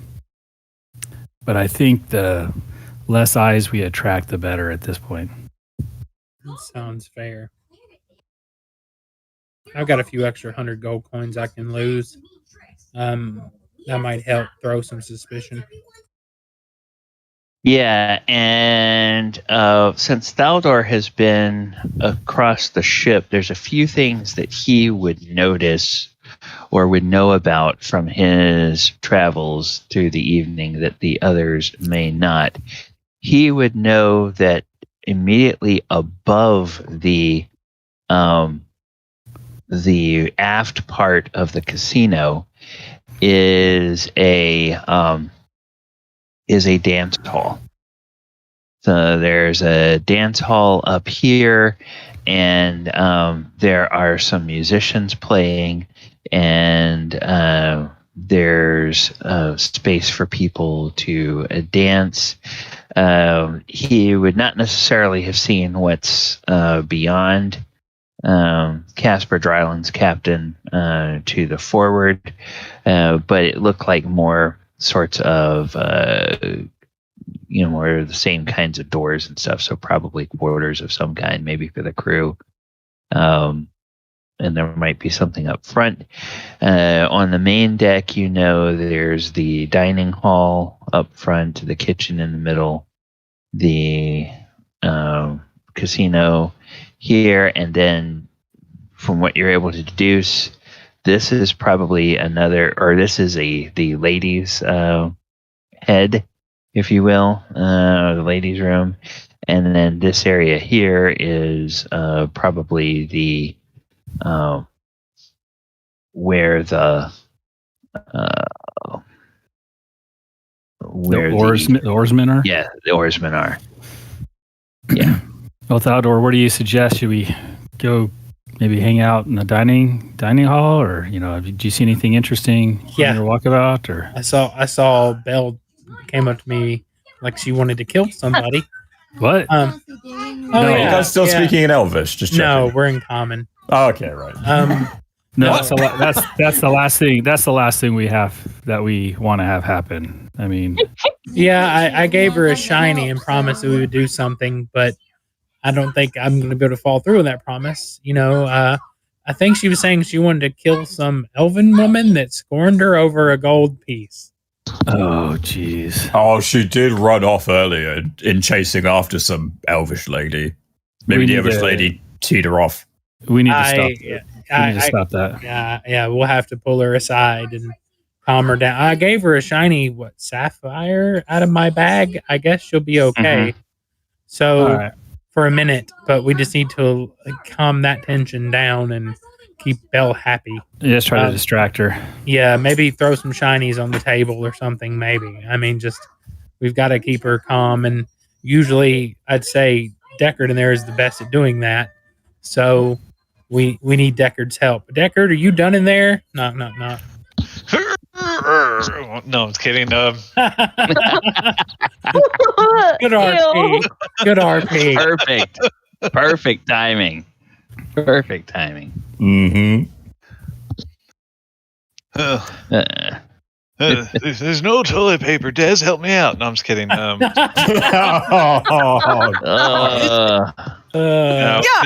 Dez, Deckard comes out. Did you hear any of that conversation? Yeah. It was in Elvish. Is there anybody else around us? No. I've been rolling occasionally to see there's a percentage chance of people coming down there, and so far nobody's come down. Well, this is something Faerun would do. He'd be like, "Well, hell yes, I heard it." Good. Then we need to get up top and keep Belle from doing something stupid. Yeah, we need to lay low. Just ride the rest of this night out, but keep your eyes and ears open, and let's just try to fit in. Before we head off and carry on our business, did you manage to find out what you needed to find out, Thaldohr? Oh yeah, I'm sorry, Krenraid, I told Mulek that, and Faerun, of course, picked up on that. Yes, I found out where they're taking our friend. When you guys speak your secret language, I've got no idea what you're saying. Right. And I didn't do that to be mean. I just needed to get that out quickly and quietly, because there's not a lot of people. It's like your natural language. Oh, I get it. Yeah. Well, second natural language.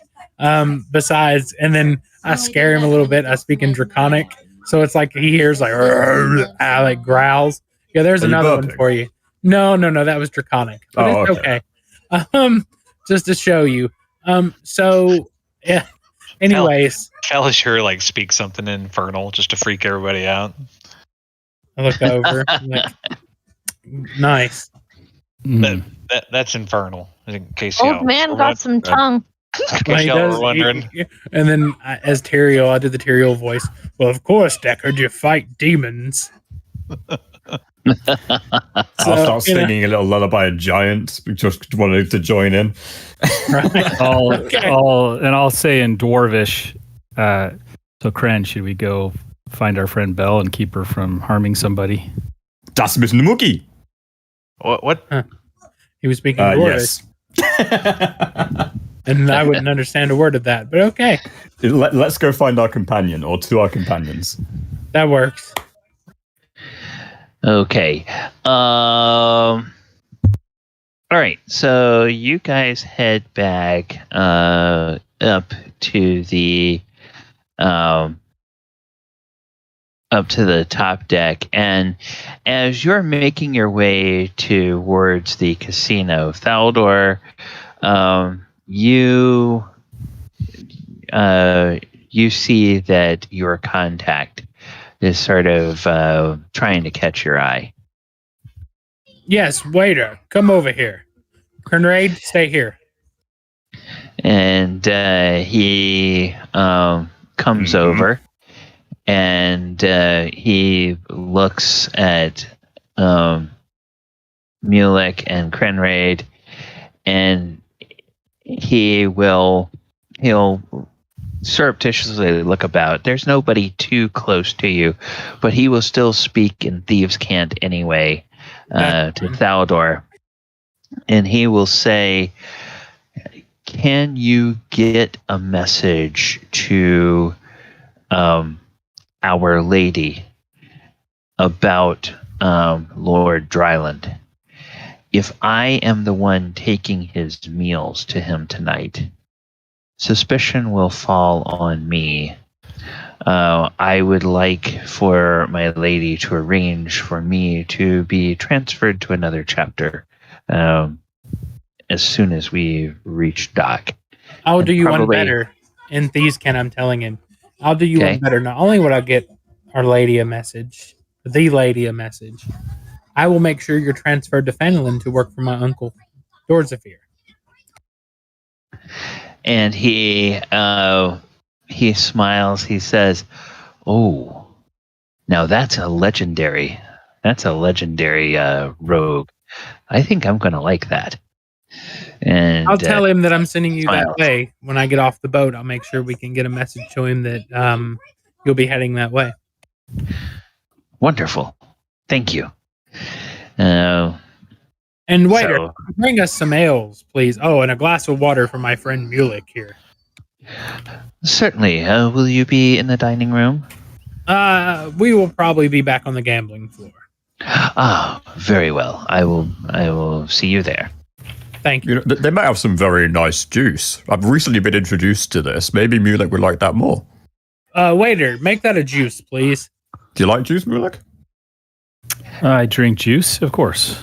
And he will ask you, would you like juice of the apple, juice of the grape, or juice of the orange? We have all three. The grape will be fine. Oh, wonderful. Non-alcoholic, correct? Yes, please. Oh, wonderful. And so he gives Thaldohr a little wink, and he heads back off to the kitchen, very, with a seeming very much relieved. I look over at Mulek and go, "Contact," and I look at Krenraid, "Friend." That's all I say, very, very quietly. Contact and friend. Okay. Well, He's still going to bring us the ale, right? Yes, he's going to bring us the ale. Oh, yeah, cool. I took care of that earlier. He'll, or you guys make your way back to the casino, and you find Belle somewhere in the casino. And Belle, what are you doing at this point? Belle would be at the high rollers table, which is where they just left to go to the bathroom with him. She's like, "Well, I'm looking for the old man, like the blind one who like has this posse around. People who aren't me, only me. Like, no, he can only not have me." I want to sneak up on Belle this time. Okay. Because she snuck All up right. on me, it's just as fair. Make a stealth check. Yeah, there you go, Belle. Eat that. Okay. All right. So, yeah, the somebody is saying, well, his short friend took him up towards the front of the boat, my lady.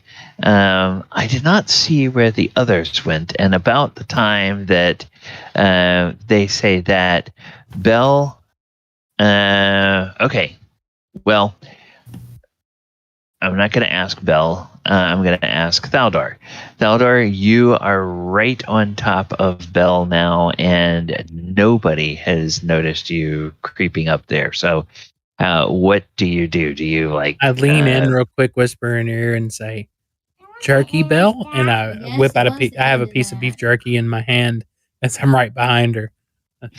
Yeah, Bell, you are talking to this person who is like pointing off over that way, and you turn to look over that way, and then in the other ear, Jerky Bell, it comes in a soft whisper.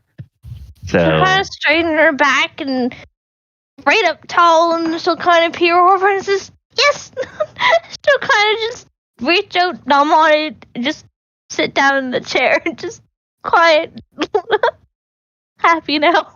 I whisper to her. I said, "Payback's a biatch." How? What? Because you surprised me in the dining room, I thought I'd surprise you here. Oh, yes.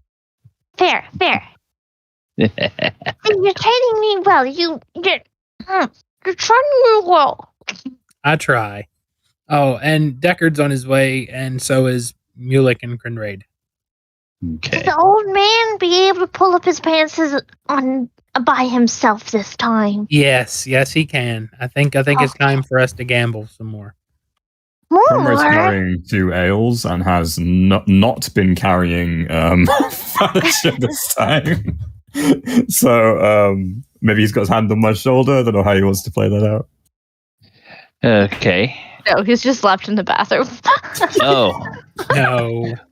Well, yeah, I guess actually he would be with Krenraid, wouldn't he? So Yeah. yeah. We're all heading right, over. Okay, so I will wait until. Oh, Like I say- Thaldohr. No, And- it's Tyrael. Oh, right. Tyrael. Oopsie. Tyrael. Yes. Tyrael. Did you take care of that situation? Yes, Bella, I did take care of that situation. And Thaldohr's lying through his teeth. Belle kind of like raise out her hand and say, "Well, the hair." I told you that would be hard to come by. I couldn't do that. But everything else is taken care of. Bell, make an insight check. What? Yep. And just for good measure, Let's see if she can see Thaldohr make a deception. Oh, yeah, absolutely not. Absolutely not. She might. Well, no, her insight was only a 12. Oh, Your I see it now, deception was sorry. a 28. Yeah. No. So yes, you believe him. You think that Thaldohr is being very sincere. That No, you're she's not helping. gonna. You gave him jerky, and she's doing better, and she got a gem. She's happy. And Thaldohr looks over at Mulek when they come back, and I give him a thumbs up and a smile, like I got it handled. And Belle will kind of like follow the thumbs up, and she'll smile with the jerky hanging from her teeth. Okay. Did Thaldohr tell Mulek? I mean, I know you gave like code words, but did you provide? I don't understand thieves' cant, so. No, I told you in common. Oh, I said about the informant, the guy that's working with me. The requests, yeah. Oh yeah, no, I told you that in Elvish. Oh, you told me that in I Elvish. told you that I had him handling it. Yeah. No. But the his request Oh. to get a message to the Oh, Thieves yes. Guild. No. So as you come in close, I tell you, it's like Mulek, and I get you to come over to me. I whisper in your ear. I tell you, I tell you, hey, I need you to send a message to the lady of the guild to put in a transfer request to Phandalin for our contact here, so that he can get away safely, because he's taking a lot of slack for us right now. And what's her name again? I showed him I pulled the picture out again. Okay. Lady. Oh crap. Yeah, we have to get to your messages, and then I got to put it in the. I've got it. Okay. Yeah, if you want to put the it message. Let me get your message real quick. Okay. Here we go. Is Lady Grindola? Yeah, is it Grindola? Probably. Grantina Togglerock. Yes, Grantina Togglerock. Lady Okay. Grantina Togglerock. And then and then your contact here is what's his name? Okay.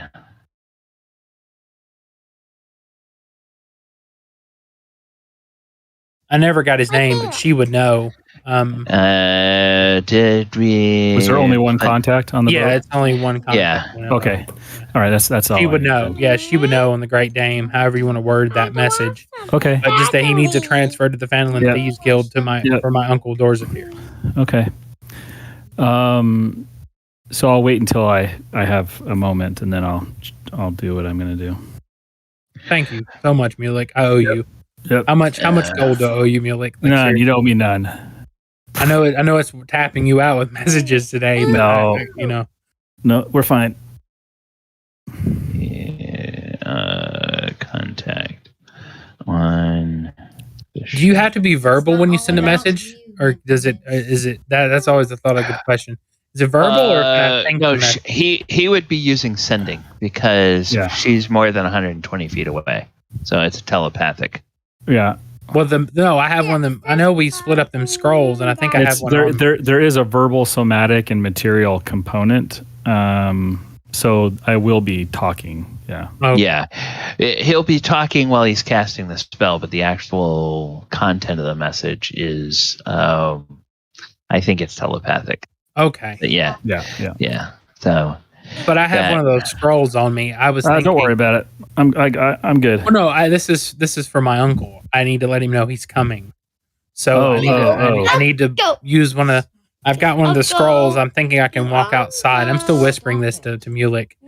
I think I need to step outside and just use one of those scrolls real quick and send a message. Or I can cover that tomorrow. It's not like you have to let him. He's not going to be there tomorrow, right? So. Or he's not going to be there tonight. I can send him a message for you tomorrow morning if you want. Okay. No, that's fine. That'll work. Thank you, Mulek. Yep. I appreciate that. No worries.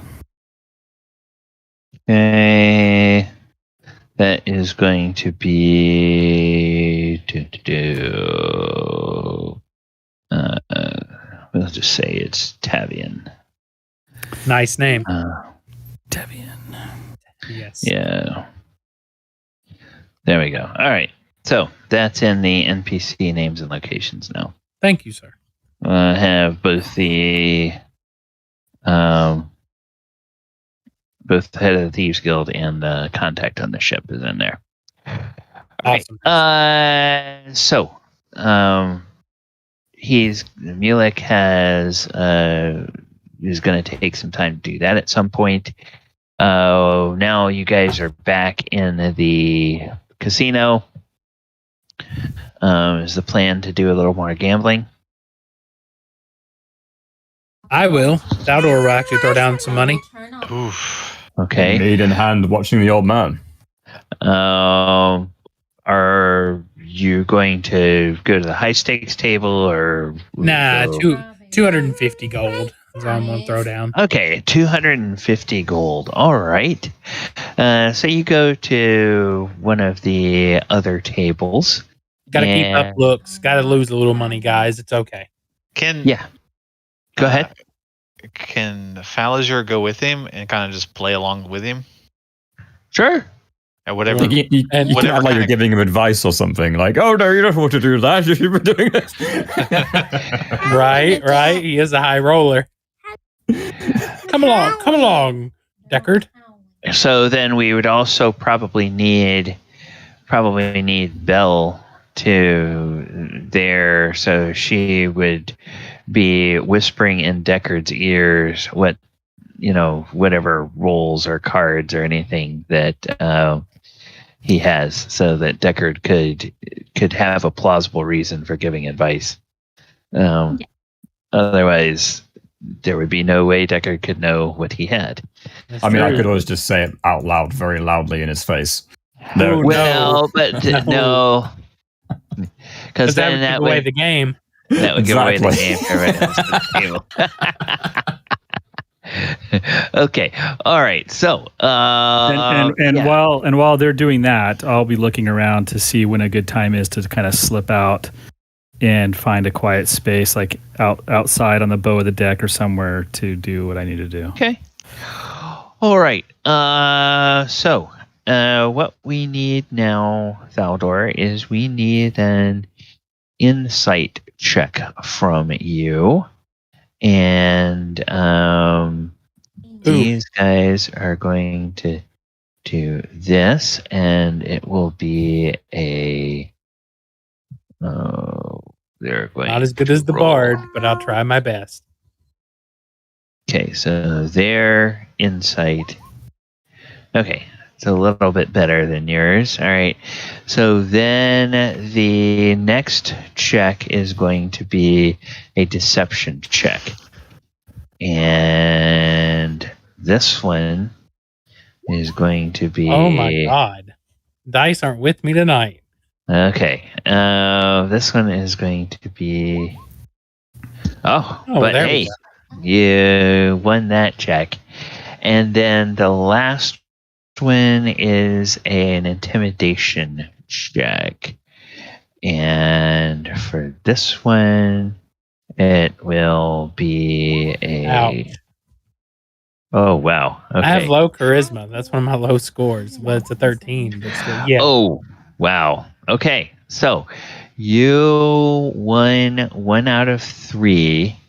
And what that means is that you bet 250, so you lose half of that.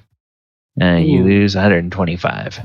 Well, I had to lose a little money. Thaldohr's thinking, I did come across 400. They don't know this, but I came across 450 gold. Losing a little bit ain't going to hurt me. Yeah. So, would you want to play another hand? Sure. Did you put the same 250 down, or would you I put a 250 different? back down. Okay, all right. Mulek, seems like the gambling is in full swing. Everybody's sort of focused on their tables. After that, so it's probably a good time for Mulek to go off and do what he's going to do. Based on the results of that first hand, what advice would Deckard offer Thaldohr?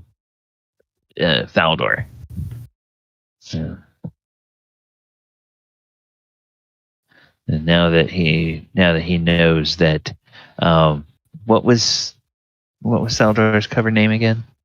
Tyrael. Now that he knows that Tyrael has lost half of his gold, so what would Deckard advise at this point, or what kind of advice would he give him? Give me some help there, Deckard.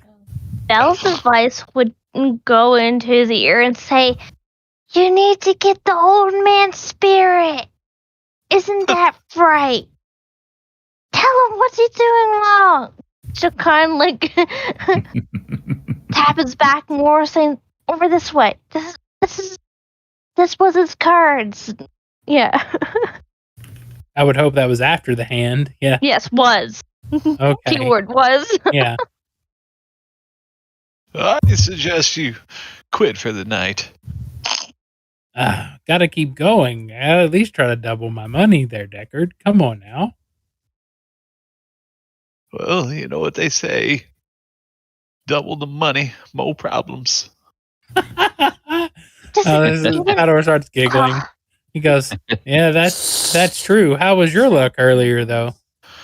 Well, I won a few hundred gold. Insight check. Oh, Yeah. He won a couple hundred. Yeah, unless you can beat an 11, which you probably can. Your deception's probably as high as mine. Yeah. I will throw him under the bus though and said, "You gave me minimum 2 of 12. platinum." Oh yeah, yeah, I believe it. Oh, good. Yeah. Yeah, way to go, man. All right. So you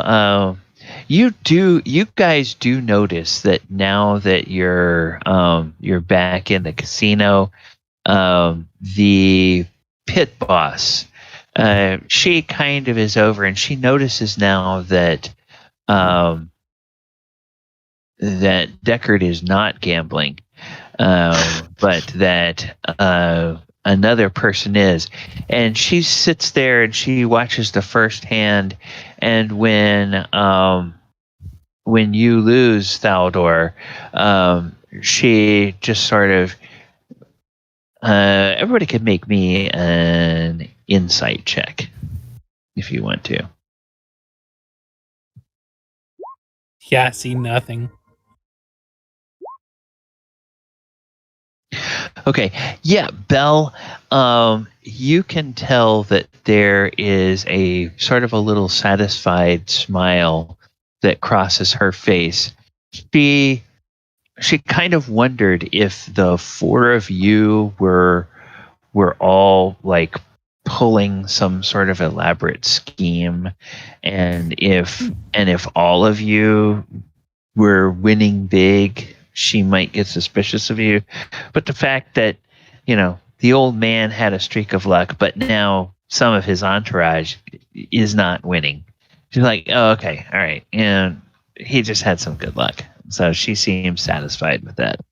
Thank goodness, even though I didn't notice that. Yeah, the rest of you didn't notice anything.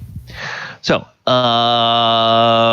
we're back to the first round of checks, which is insight. So go ahead and make an insight check. My I'm God, sorry, Thaldohr. 8. Oh my God. My goodness, the dice do not like me tonight.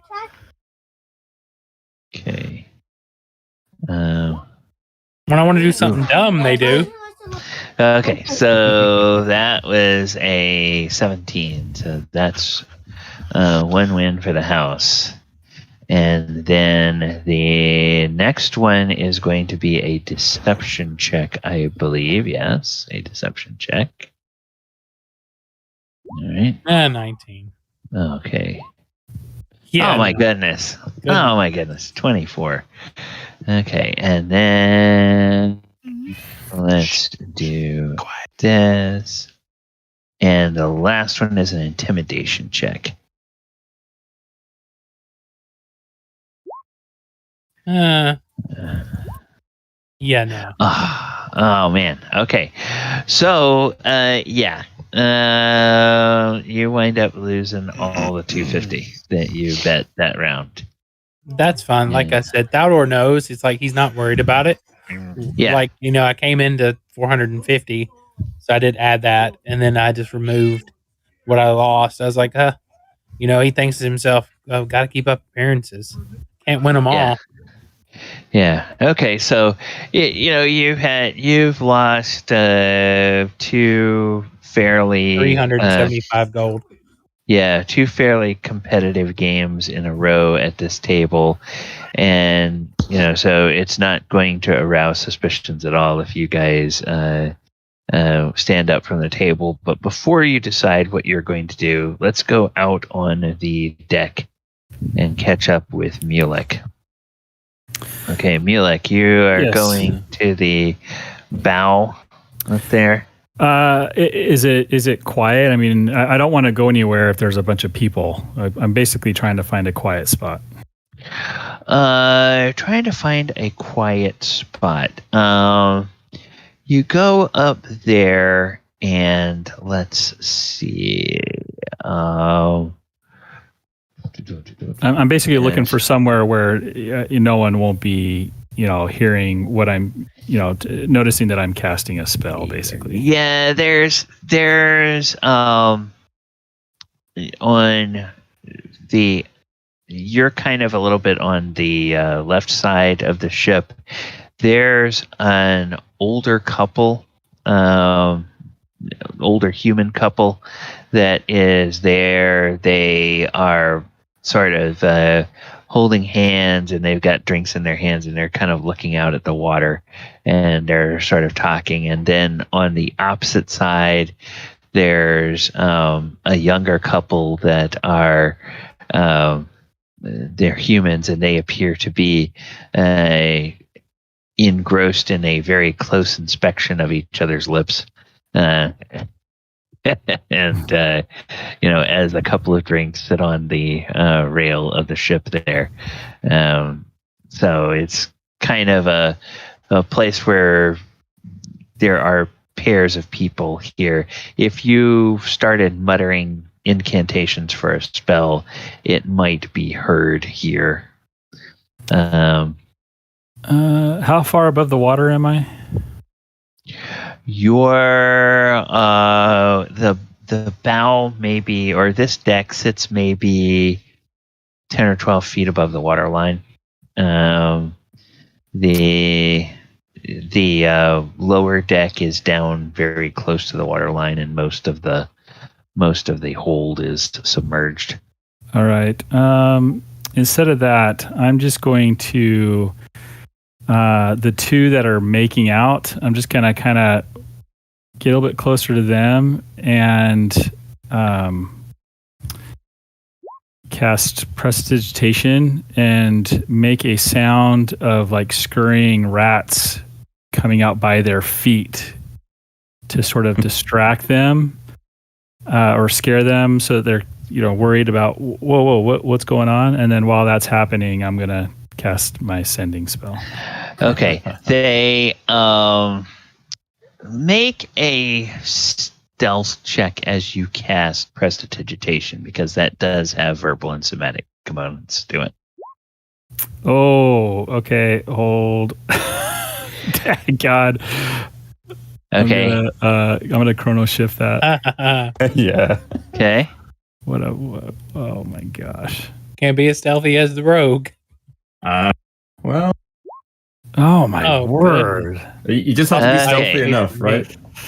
Yeah, you just have to be stealthy enough. So they are going to make a check, and I'm going to roll this off screen, and they're going to make it with disadvantage because they're so. They as you go to start to do that, the young man has his back to you, and the girl is sort of, has her eyes closed and is looking into his face, and you begin the Prestidigitation, and she looks at you and kind of cocks an eyebrow, but then you finish your spell, and as soon as you finish it, there's like the scurrying sound of rats by their feet, and she immediately jumps back from him and looks down there, and he's like, whoa, and he sort of dances back a little bit, and then he grabs her by the hand, and they run towards the back of the ship. So right. And as they run, she just sort of turns and looks back over her shoulder at you, kind of with a puzzled look, but just runs off with him. All right, perfect. So when they're doing that, I will go ahead and cast sending, and this is what I send. Okay. Lady Grantina on the Grand Dame. Lord Casper dead from possible scry spell from unknown source. Tavian requesting transfer to Phandalin if wrongly accused. And in a moment, you get a response And she says,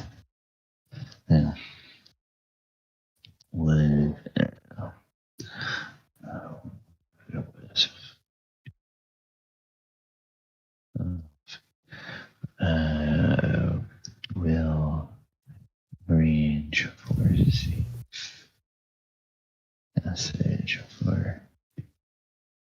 Whoops.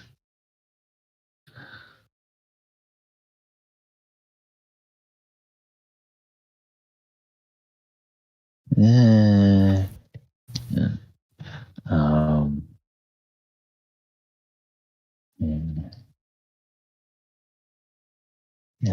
the morning. Okay.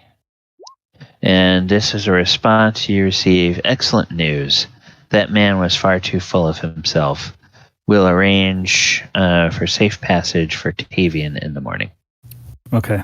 Actually, quite liked the dead man. And with that, I'll make my way back to the rest of the party. Okay. Yes. Yeah,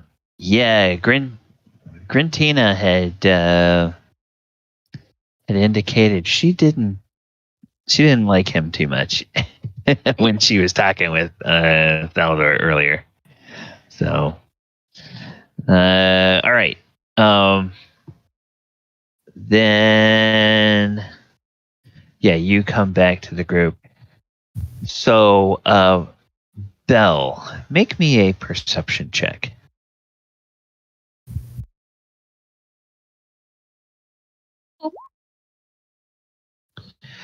Okay. Let's just see.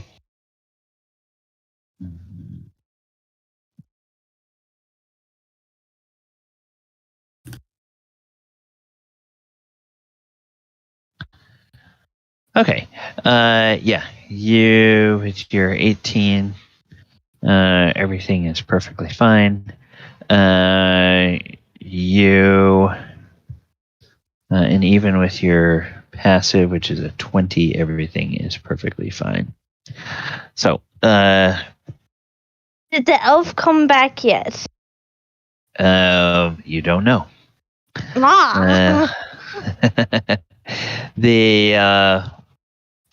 So now you guys are back here in the casino. What do you want to do? Do we want to go through? I mean, we can just sort of fast forward through, or is there anything else that you particularly wanted to do during the evening other than occasionally gamble? Any other parts of the ship you wanted to go to? Thaldohr has indicated there is a dance hall on the upper level in the back of the ship, and whatnot. So it'll be up to you guys. Other than buying some meat or finding some meat from a platter and lobbing it off the side, trying to give Dez a snack, I'm good.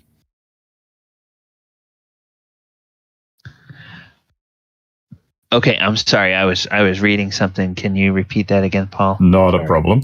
So, Krenraid would like to find a servant that's handing out hors d'oeuvres or some form of food. He's going to grab a handful and he's going to run to the side of the deck and just lob it off the side, trying to give Dez a snack. So nice of you.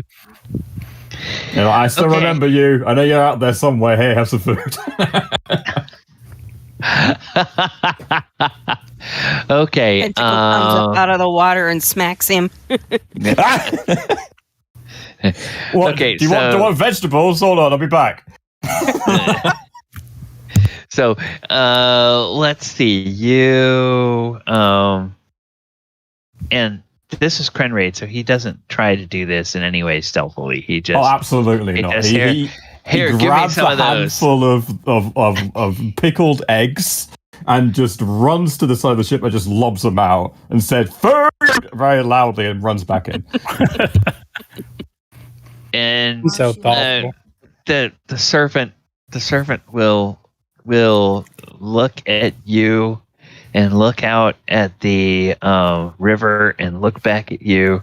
Just a very puzzled look on his face, and then as Just feeding the wildlife. yeah, and he'll say, "I didn't even know that dwarves liked fish," and he just kind of shakes his head and walks back off. That's all I wanted to do. Please carry on. About the time there's like I said, there's tentacles that kind of like suddenly appear out of the darkness of the water and grab things that are being flung. Yeah, I don't really know what you want to eat as a kraken. Krenraid's tried to think about it for a second as an octopus. He thinks They'll maybe eat just about anything. pickled eggs. Yeah. The servant just sort of shakes his head and walks off. Doesn't seem to notice anything. Those pickled eggs are pretty good. Dez, a little bit waterlogged, but otherwise they're pretty good. So, all right. So, anybody else have anything in particular they want to do during the rest of the evening? I'm good. Okay. I've lost enough money. All right. So we'll just say that any other gambling that takes place, just everybody kind of breaks even with where they are. Nobody wins more money or loses more money. And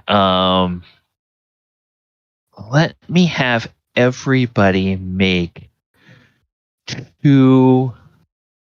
I'm going to have everybody make 2 more perception checks. Me too, or anybody on the ship? Who's on the ship, not people under the ship. I doth see.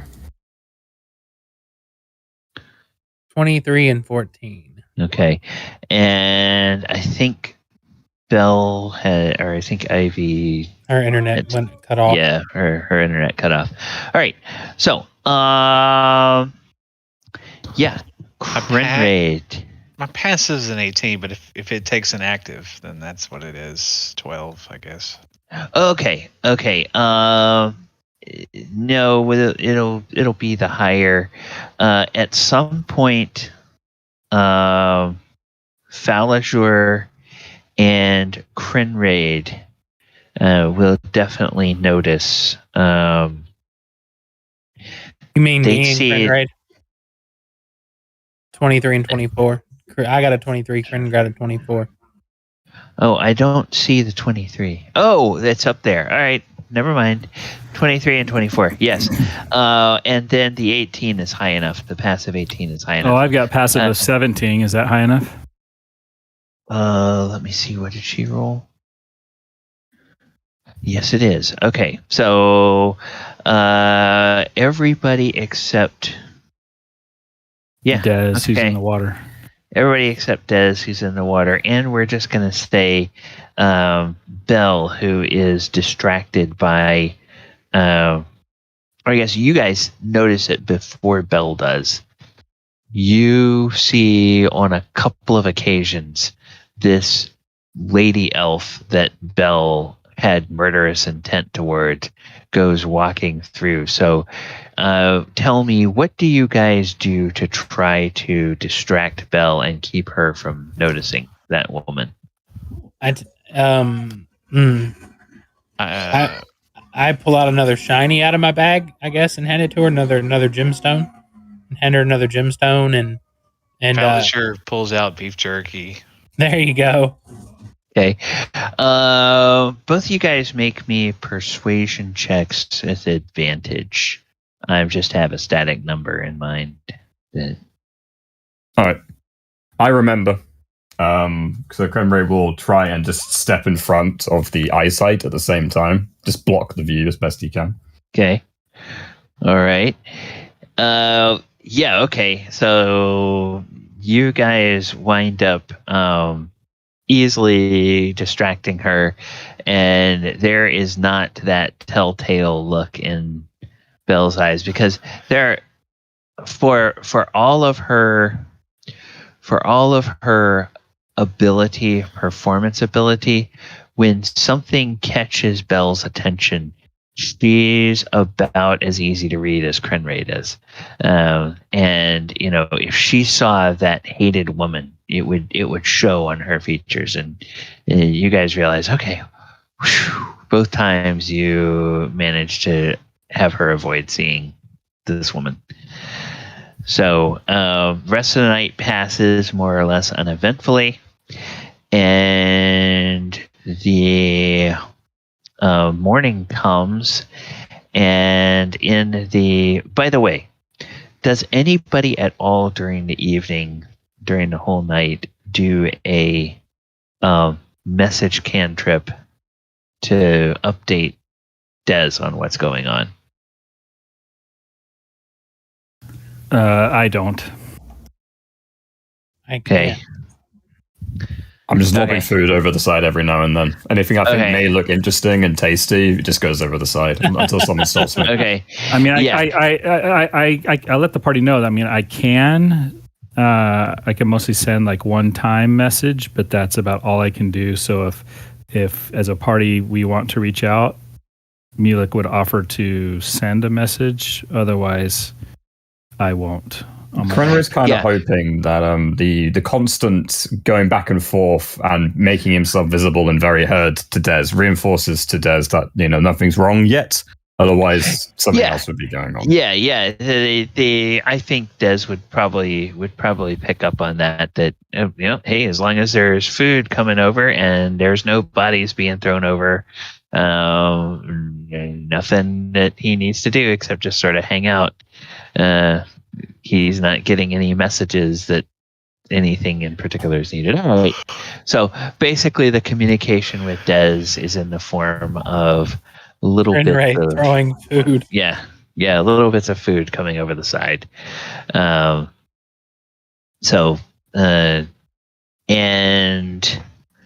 let's see. So he maybe does that a couple of more times. We'll see. Oh yeah, nothing there.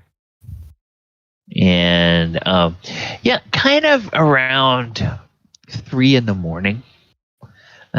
So well after the ship has turned around and is heading back towards Yartar, the Krenraid, you toss the last little bit of food over the side, and as you are running back in, there's a human couple that it's an older human couple. They are standing maybe 25 feet away from you, just looking out over the river, kind of talking quietly. And you toss something out into the river and turn back, and then you notice that the woman, she gasps and she points out into the water. And as Krenraid looks back over his shoulder, there's just sort of these concentric rings, like something has gone down under the water. But whoa, yeah. So what the hell's going on? And she says, "You threw something out in the water, and it was like some snake or something came up. I couldn't tell what it was in the dark light. A snake came up and just sort of grabbed it out of the water." Nah, it's a fish, isn't it? We're out of the river. I'm just feeding the wildlife. It's just going to be a fish. Oh, and then the man who's with her, who's presumably her husband, says, yes, dear, it's just a fish. That is curious. Master Dwarf, I had some of those hors d'oeuvres a little earlier. They were quite tasty. They weren't to your liking. Oh, no, I think they're delicious. But I also think that the fishes outside will find them delicious. So in, doing the right thing and trying to help the world a bit, I figured, why not share a bit? We paid for it. And the older man and older lady, they sort of look at each other, and they look at you, and they look at each other, and then she just sort of takes a little step closer to him, and he puts an arm a little bit protectively around her, like they're not, they're wondering if maybe this dwarf is maybe not quite right in the head, but they just smile and say, "Oh, that's a lovely sentiment." I think so too. I'll be right back. Hold on. Okay, so you run off, and when you come back, there's no sign of them. They have gone. Oh, it was a very lovely couple. I hope they have a lovely time. Right. Got some macaroni here. Oh my god. All right, so as the first light of pre-dawn hits the horizon, you can see the docks of Yartar, and there is a bell that sounds 3 times on the boat, and then there is an answering bell from the dock, and you see a few people start, dark shapes of people start to scurry towards the dock, like they're getting ready to receive the ship. And the oars get the boat turned, and some lines get thrown over, and people helping, and they pull the ship up to the edge of the dock. And then as you guys are getting close to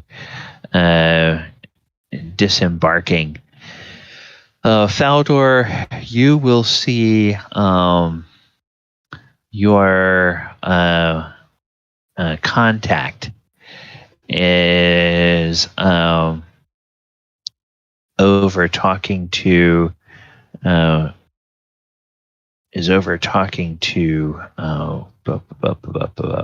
I put it in the Discord last time.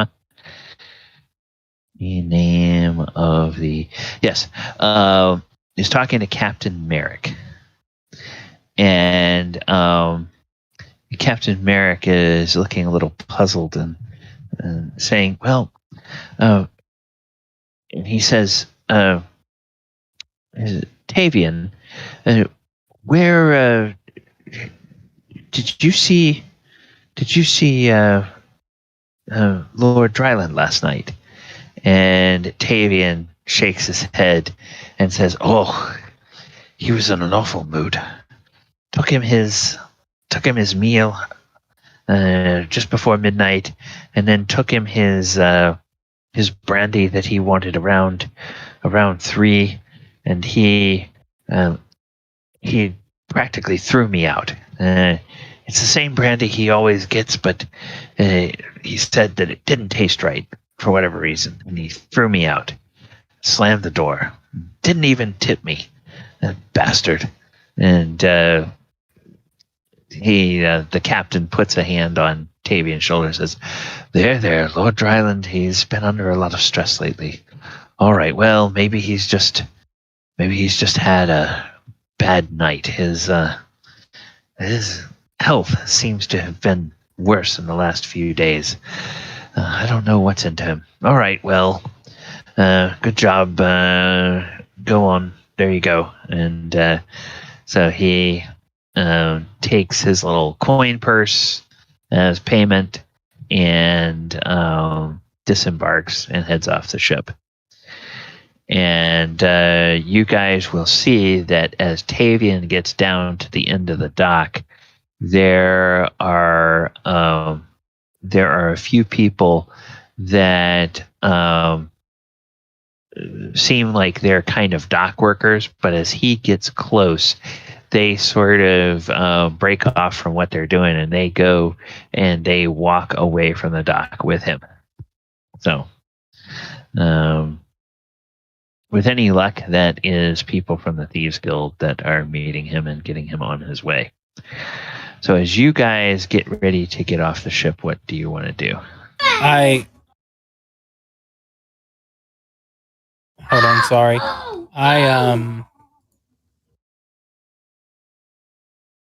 Damn this. Windows 11. I end up, because I have it on push to talk. So I end up saying, I think we should adjourn to the Good Deer Tavern for the evening, or should I say the day, guys. I think that'll be a more friendly establishment for us.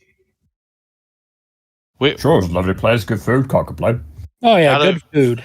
Out of character, which tavern? The Good Deer Tavern. Oh, Thaldohr. One we're staying in. No, that's not the one we're staying in. We were staying at the Shady Lady. right. The Good Deer Tavern is because I know Thaldohr knows that's the head of the Thieves Guild, where they, take and roost. So I want to take us there so we don't have to worry about the Black Network and all the shit we pulled in the other tavern. Right. Since we found out that was a Xanathar Guild tavern, that we'll go stay at the Thieves Guild Tavern, so I know we'll be protected for the evening. Okay. So he recommends in character, yeah, we should go take a look and eat and relax at the Good Deer Tavern for the day so we can take care of our business. Sounds good. Okay. After the luck you've been having, I think I'll buy you a drink. Okay, now have you all disembarked before you said this? And yes, we disembarked. We're on the dock. Yeah.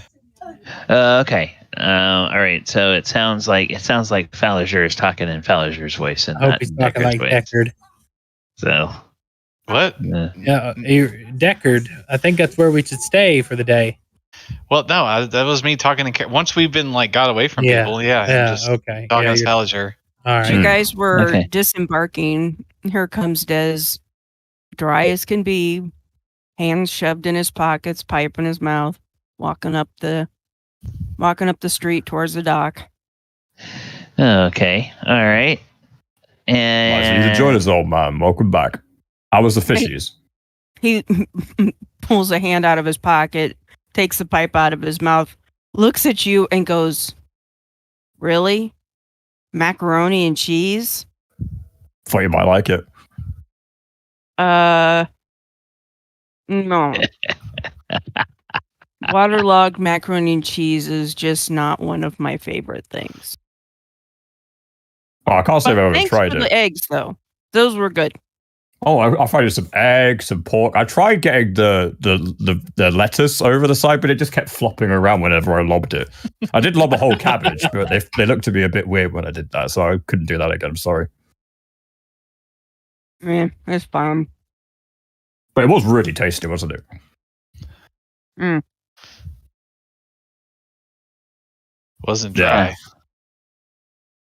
That was an interesting night.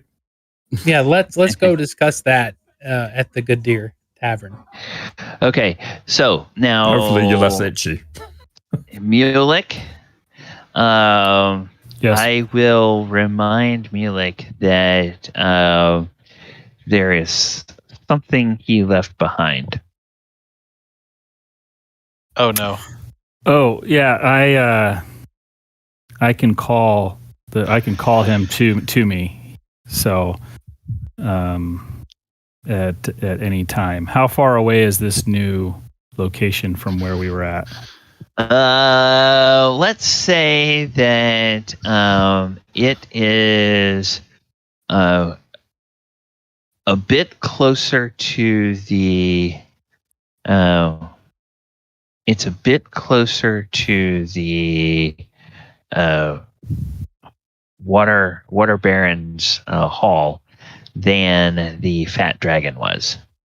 So you kind of have to go past the Shady Lady and beyond the fat dragon to get to the Yeah, so as we're walking, because the feature allows me to command the shield guardian to come wherever I am at.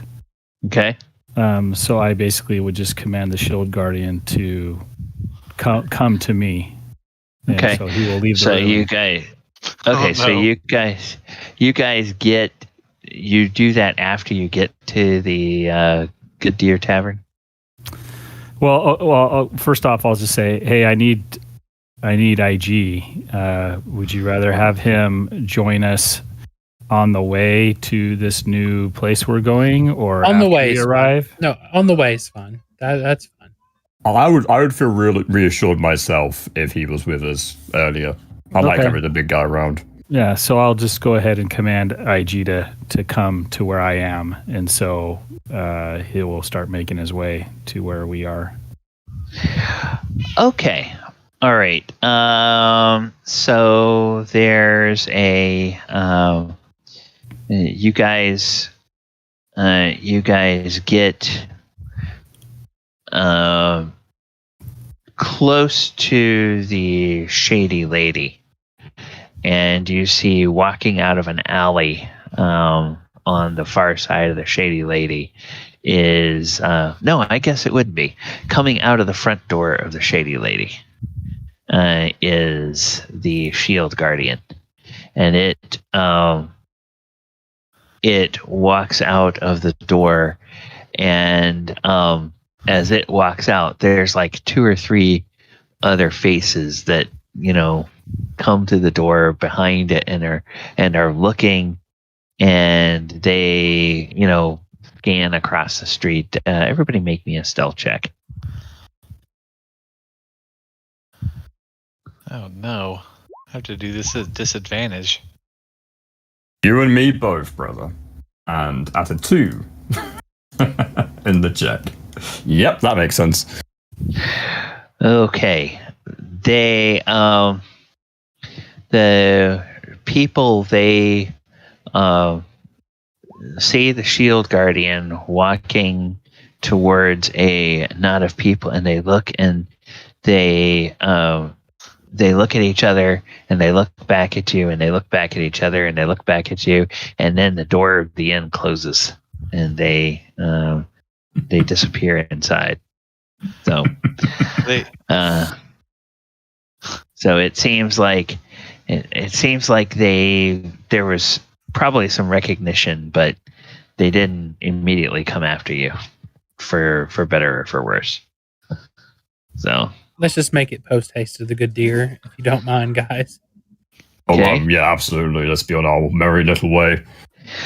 All right. So you all get to the Good Deer, and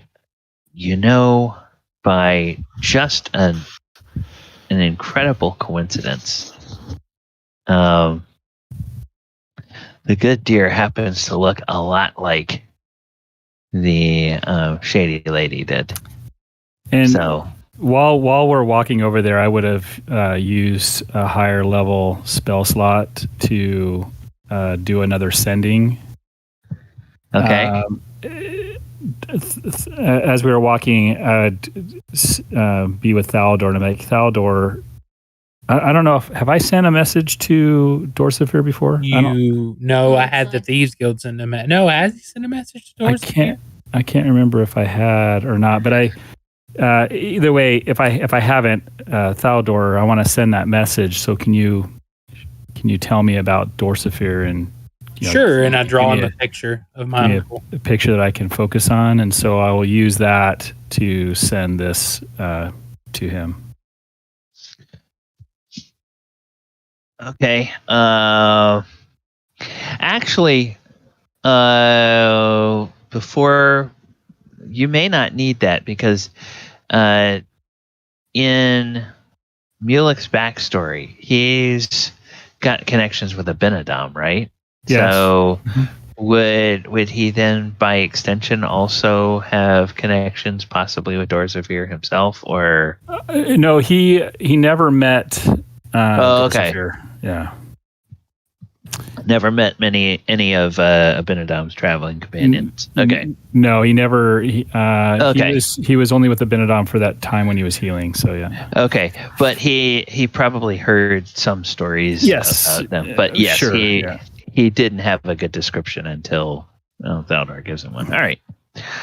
So yeah, you send that message, and you want me to reply, Gally? Is Dorsif here? Yeah, I mean, go ahead and wow, reply. yeah. Blast from the past. Oh, I spelled Dorsifir wrong. I added an E. It's okay. Oh, well, sorry about that. All right. No, it's fine. So he hears your message, and Dorsifir goes, new member to the ranks. That'd be most welcome. Tell my nephew I hope he's doing well. And be safe, Mulek. And that's what you hear. Then I pass it along to Thaldohr.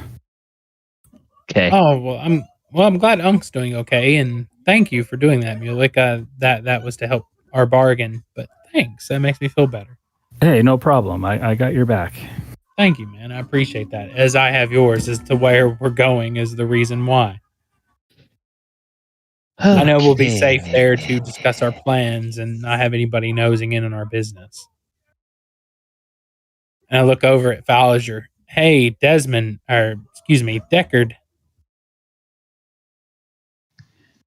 Because we're still walking. Yeah, what's up? I was going to say, you got this, don't you? From your hundreds of gold coins winnings, right? Oh, yeah. Don't worry about it, partner. After the luck you've had today, I'm buying you drinks. Works for me. Let's go. Okay, so... Krenraid's going to take a step back right quick and think, didn't he say something else earlier? But then he's going to like, nah, it must be hundreds. They're much better numbers than I am. Carry on. Okay, so you guys get to the Good Deer, and you get slotted in. Thaldohr, you see the familiar face behind the bar, but this time, as you guys walk in, he just reaches under the bar, pulls out a key, and slides it across to you, and he says, with compliments from the lady, it's the large suite on the top floor towards the back. Well, thank you, Treyer. I appreciate that. And he says,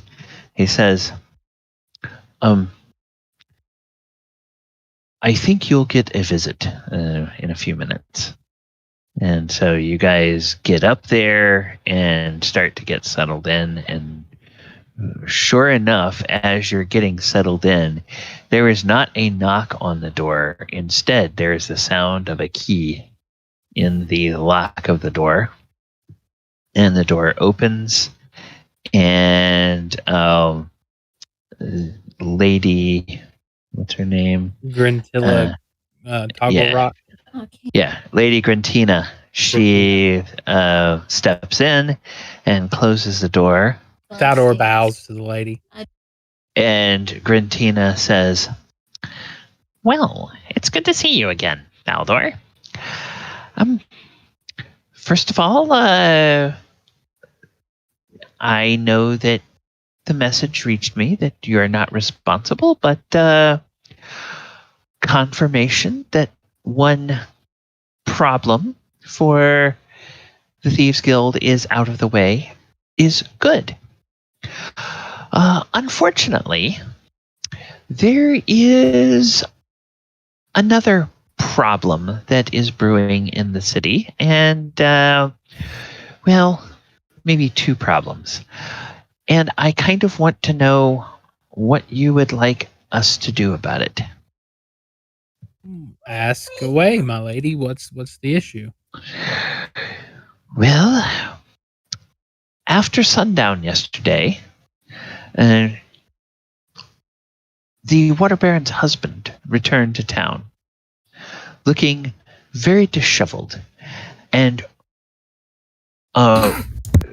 having an entire detachment from the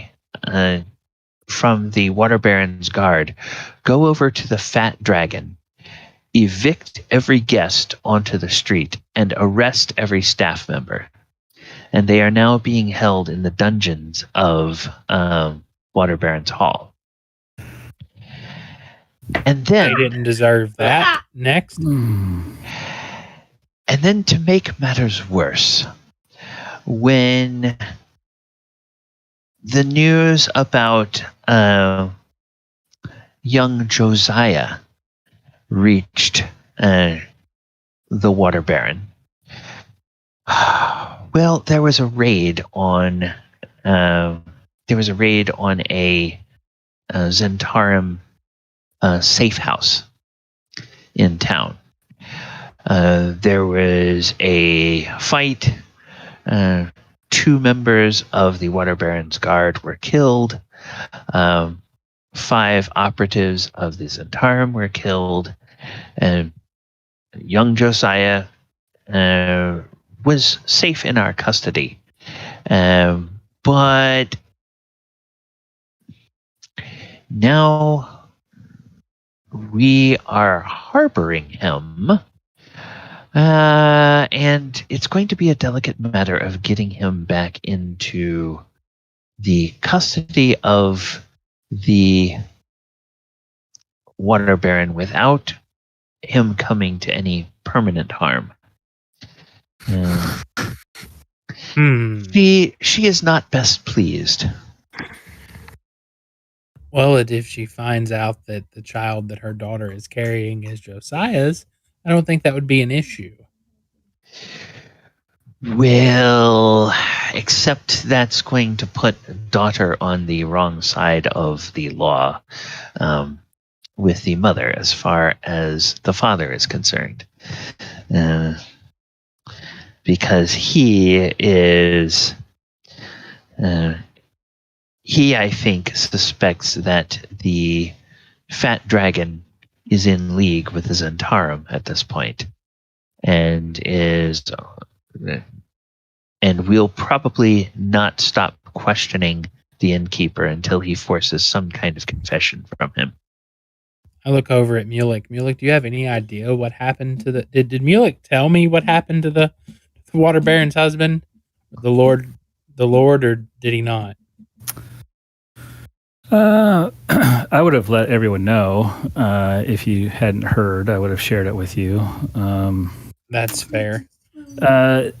What connection? Why are they accusing those of the Fat Dragon being in league with the Zentarum when their only connection previously was to Thaldohr, who now is not connected anymore if this other individual truly is the father?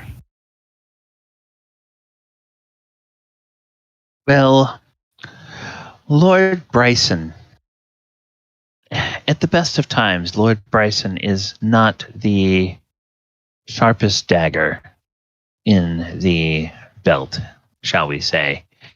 And when he gets angry, what little sense he has goes completely out the window. Now that he has learned that there is a Zentarum connection to his daughter's unborn child, he, of course, suspects that it was the Zentarum trying to make him look foolish or look bad. He probably thinks that this Thaldohr is also in league with the Zentarum. Those are widely misconstrued conjectures on his behalf. They're very wild accusations. Oh, you know that. I know that. But try to make an angry father that has been humiliated and forced to walk a full day to get back home see sense. I'm not sure. He's the law of the land here in Yartar? No, thank goodness his wife is. She holds the title of Water Baron. So can she be reasoned with? She can be reasoned with. It it's always easier to reason with her when there's a little gold on the line. How much?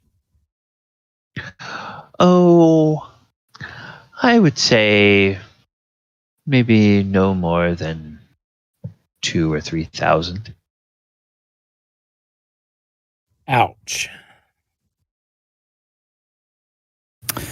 Besides, And then she says, by the way, Tavian is safely in a wagon of a caravan that is on its way to Phandalin, and a report reached me just a few minutes ago that you all had a very good night on the at the casino. So I think that perhaps it's not too much to ask to share some of your winnings. Ooh. To help soothe matters here in Yartar. I look over. Thaldohr. How much did you win? Because I look back at the lady and I'm trying to read the room. Should I do an insight on that? I'm trying to read the room, and I look over because she said a report that. Yeah, I'm going to read the room. You trying to read me or the room? The room, the situation. Well, Oh yeah. Read the situation. Yeah. She's very confident that. She's very confident from the information that she has that if you all made a sizable donation, you would still walk away ahead of the game. She's not looking to clean you. She's not looking to clean you out, but right. She is kind of saying, okay, we've given you some help. You've caused some trouble in our town. If you give us, she's telling you 2,000 to 3,000. So I think the total winnings were 6,000. So anywhere between a third to a half of what you won would make this all go away.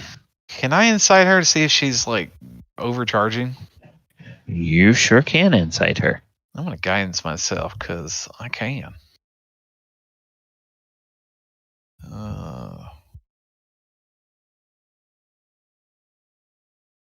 Ooh. Yikesers.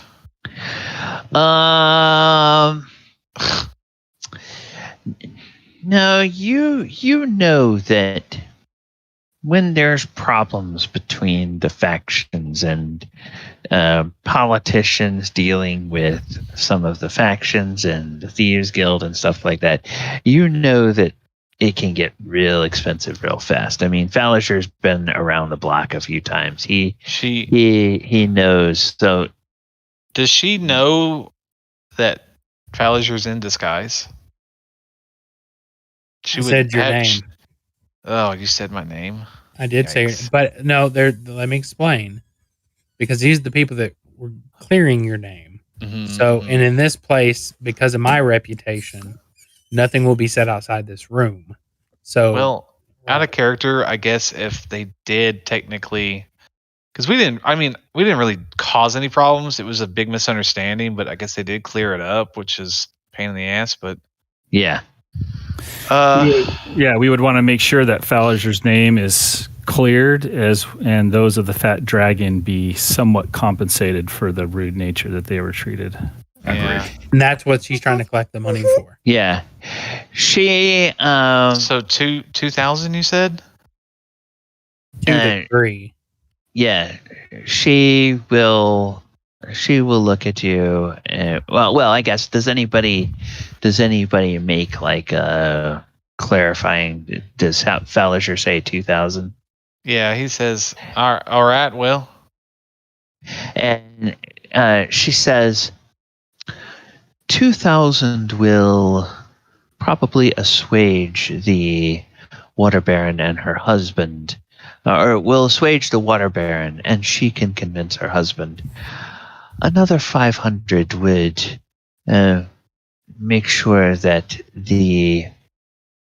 there's no repercussions for the people of the Fat Dragon. I give her the 500. Okay. I'm going to assist you, Thaldohr. I will give her the 500 gold. Oh, nice. Thank you. You didn't have to do that. Okay, so yeah, you guys as a party just mark off 2,500. Krenraid's looking in his pockets, and then that puts you Okay. 3,500 ahead from your gambling. So it was still a profitable trip. Right. Well, Thaldohr lost money, but he did find 450, so he's not really hurting. So Yeah. Hey, I was I like, won. Hey, I won like $8,000 since I got here, so that was pretty good. Yeah. right. All right, and that is where we're going to go ahead and wrap up the session. We'll say that after business is transacted, she will take her leave. So when we come back next week, what you guys will have to figure out is what you want to do about the information that you gained while you were on the ship. Which is about where King Hecaton is being held and where that ship is headed, and yada, yada, yada. All right, everyone. Players, thank you guys so much for hanging out. Viewers, thank you for sticking around a few minutes late with us. And players, thank you for running over a few minutes. I have been DM Galabon. This has been the Sword Coast Chronicles. We will be back here on this channel next on Saturday night. And on Saturday night, we will be doing our second edition D&D game. And it will be the Temple of Elemental Evil that we are going through, the original Temple of Elemental Evil. Then we don't have a game on Sunday. Monday night we will be back for Monster Monday.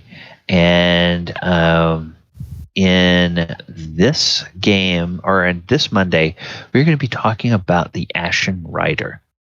And be taking a look at that and that as a monster in D&D, and sort of what has been an inspiration for that monster and ways you can reskin it and whatnot. I believe the Ashen Rider is one of the monsters that comes to D&D from Magic the Gathering. So we'll look at sort of similar monsters throughout the history of D&D and ways that template can give you ideas of reskinning a Magic the Gathering monster if you're doing a planeswalking campaign. Then we'll be back next Thursday for another session of Sword Coast Chronicles. We are getting close to another milestone, this time a milestone over on YouTube. So when we reach that milestone, we will be doing a special live stream, but I'm not going to mention what that live stream is until we actually get to that milestone. So we do have another special show coming up relatively soon, I hope. And then, yeah, that's going to do it for our show. Before we leave, Paul, anything coming up this week that you want to let people know about? Yes. So I am starring in a new stream over at Gaijin Games. I don't believe you have anything on a Tuesday, do you, Gally? No. Right. Not anything regularly scheduled. So, 8 p.m. EST, I am taking part in a module of Beyond the Witchlight, which is one of the new ones that came out, the Carnival, the Feywild Carnival that travels to different dimensions. And that's going to be airing over on Gaijin Games. I'm playing a Willy Wonka-esque character. It's going to be very kind of horrific and like this, looking at the craziness that is the Feywild and D&D. It's a very fun little stream, so I'm looking forward to playing that starting next week. Okay, and that is called Gaijin Games. How do you spell that? Yeah, I'll just type it out for you. Oh, okay. Is that gaijin, like foreigner in Japanese? Yeah, you got it. Yeah. Gaijin. Gaijin games. Yeah, when I lived in Japan, it was kind of like almost like a derogatory term for like a foreigner, gaijin. Oh, okay. All right. So what I will do, and that's twitch.tv/ Gaijin games. Yep. twitch.tv/ Gaijin Games. All right. So go and check them out on Tuesday night. And then, Michael, what's coming up on the Doors of Fear channel between now and next week? I'll probably just be playing some different games. It's been a rough 2 weeks. I'll just probably, I'll have to, would like to play Baldur's Gate 3, so I might try to stream that sometime this week. Okay. All right. Watch for Michael over on twitch.tv/ Doors of Fear. .tv/ Doors of Fear. There we go. So you can find us over there. And of course, don't forget on Wednesday nights, our friends over at the Action Sturge. They always have some fun stuff. I believe that John and Maddie are expecting. Do you know? Are they? They are. Have they gotten to a point where their stream is interrupted by the new family or not? Not quite yet. She's 24 weeks along. I'll let everyone go over and have a look and give them the well wishes themselves. They want to know what gender the baby is and everything else like that. It's a wonderful thing. But yeah, no, they are indeed expecting, and they're getting along. Okay. But yeah, definitely a big shout out to those guys. I had a session with them yesterday, playing Blaze in the Dark. Amazing fun. It's once a month, and they have their dungeon crawler next week. So anyone could take part in that, which is also very fun. Yeah, we're now getting close to the end of the season, and Paul, the MLS over here, they decide that in the last 6 or 7 weeks of the season, it's a great idea to play 3 matches a week. So you usually have like a Saturday or Sunday match, and then a Wednesday match, and then a match the following Saturday or Sunday. And they do that to every team going down the stretch, and that's just before the playoffs. So I was at the stadium last night for a game. There's a home match on Sunday. There's a road match next Wednesday, a road match or a home match the following Saturday, and then the other team has a home match that Sunday. So it's just crazy. It must be very stressful for the teams having to go back and forth so much more than I suppose they normally would. Yeah, they do, because it's two travels a week, and of course here in the U.S. it's like it's a plane ride everywhere you go. I mean, none of the teams are close enough to hop on a bus and drive a few miles to get to the other grounds. It's very easy to forget that the size of the UK is smaller than Texas. Yeah, and it always surprises me when you turn on an EPL game and it's like, well, half the stands of the other team, and then you look and you say, oh, well, these two teams are actually like 4 miles away from each other. So no wonder it's like a home game for both teams. Yeah, we would say that's close enough to be a home game for both teams. Over there it would be sacrilege to say that, but in our way of thinking, oh, that's a home game. Makes perfect sense. And those are probably the best games because it has the biggest turnout, right? The crowds are both there on both sides because they're the ones people can get to. Yeah. It's like when you see what was the game I was watching not long ago? I think it was Brentford and Crystal Palace, and it's like they're not that far away from each other. No. So, all right. You can literally walk down a road in London, and on one side of the street, pubs will be marked as one football team. On the other side of the street, pubs will be marked as the other side of the team.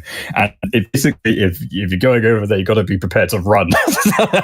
Because that is one street separating two very different teams, at least in British eyes. Yeah. All right. Well, viewers, thank you so much. We're going to go ahead and end the stream. Take care, everyone. Have a great week. And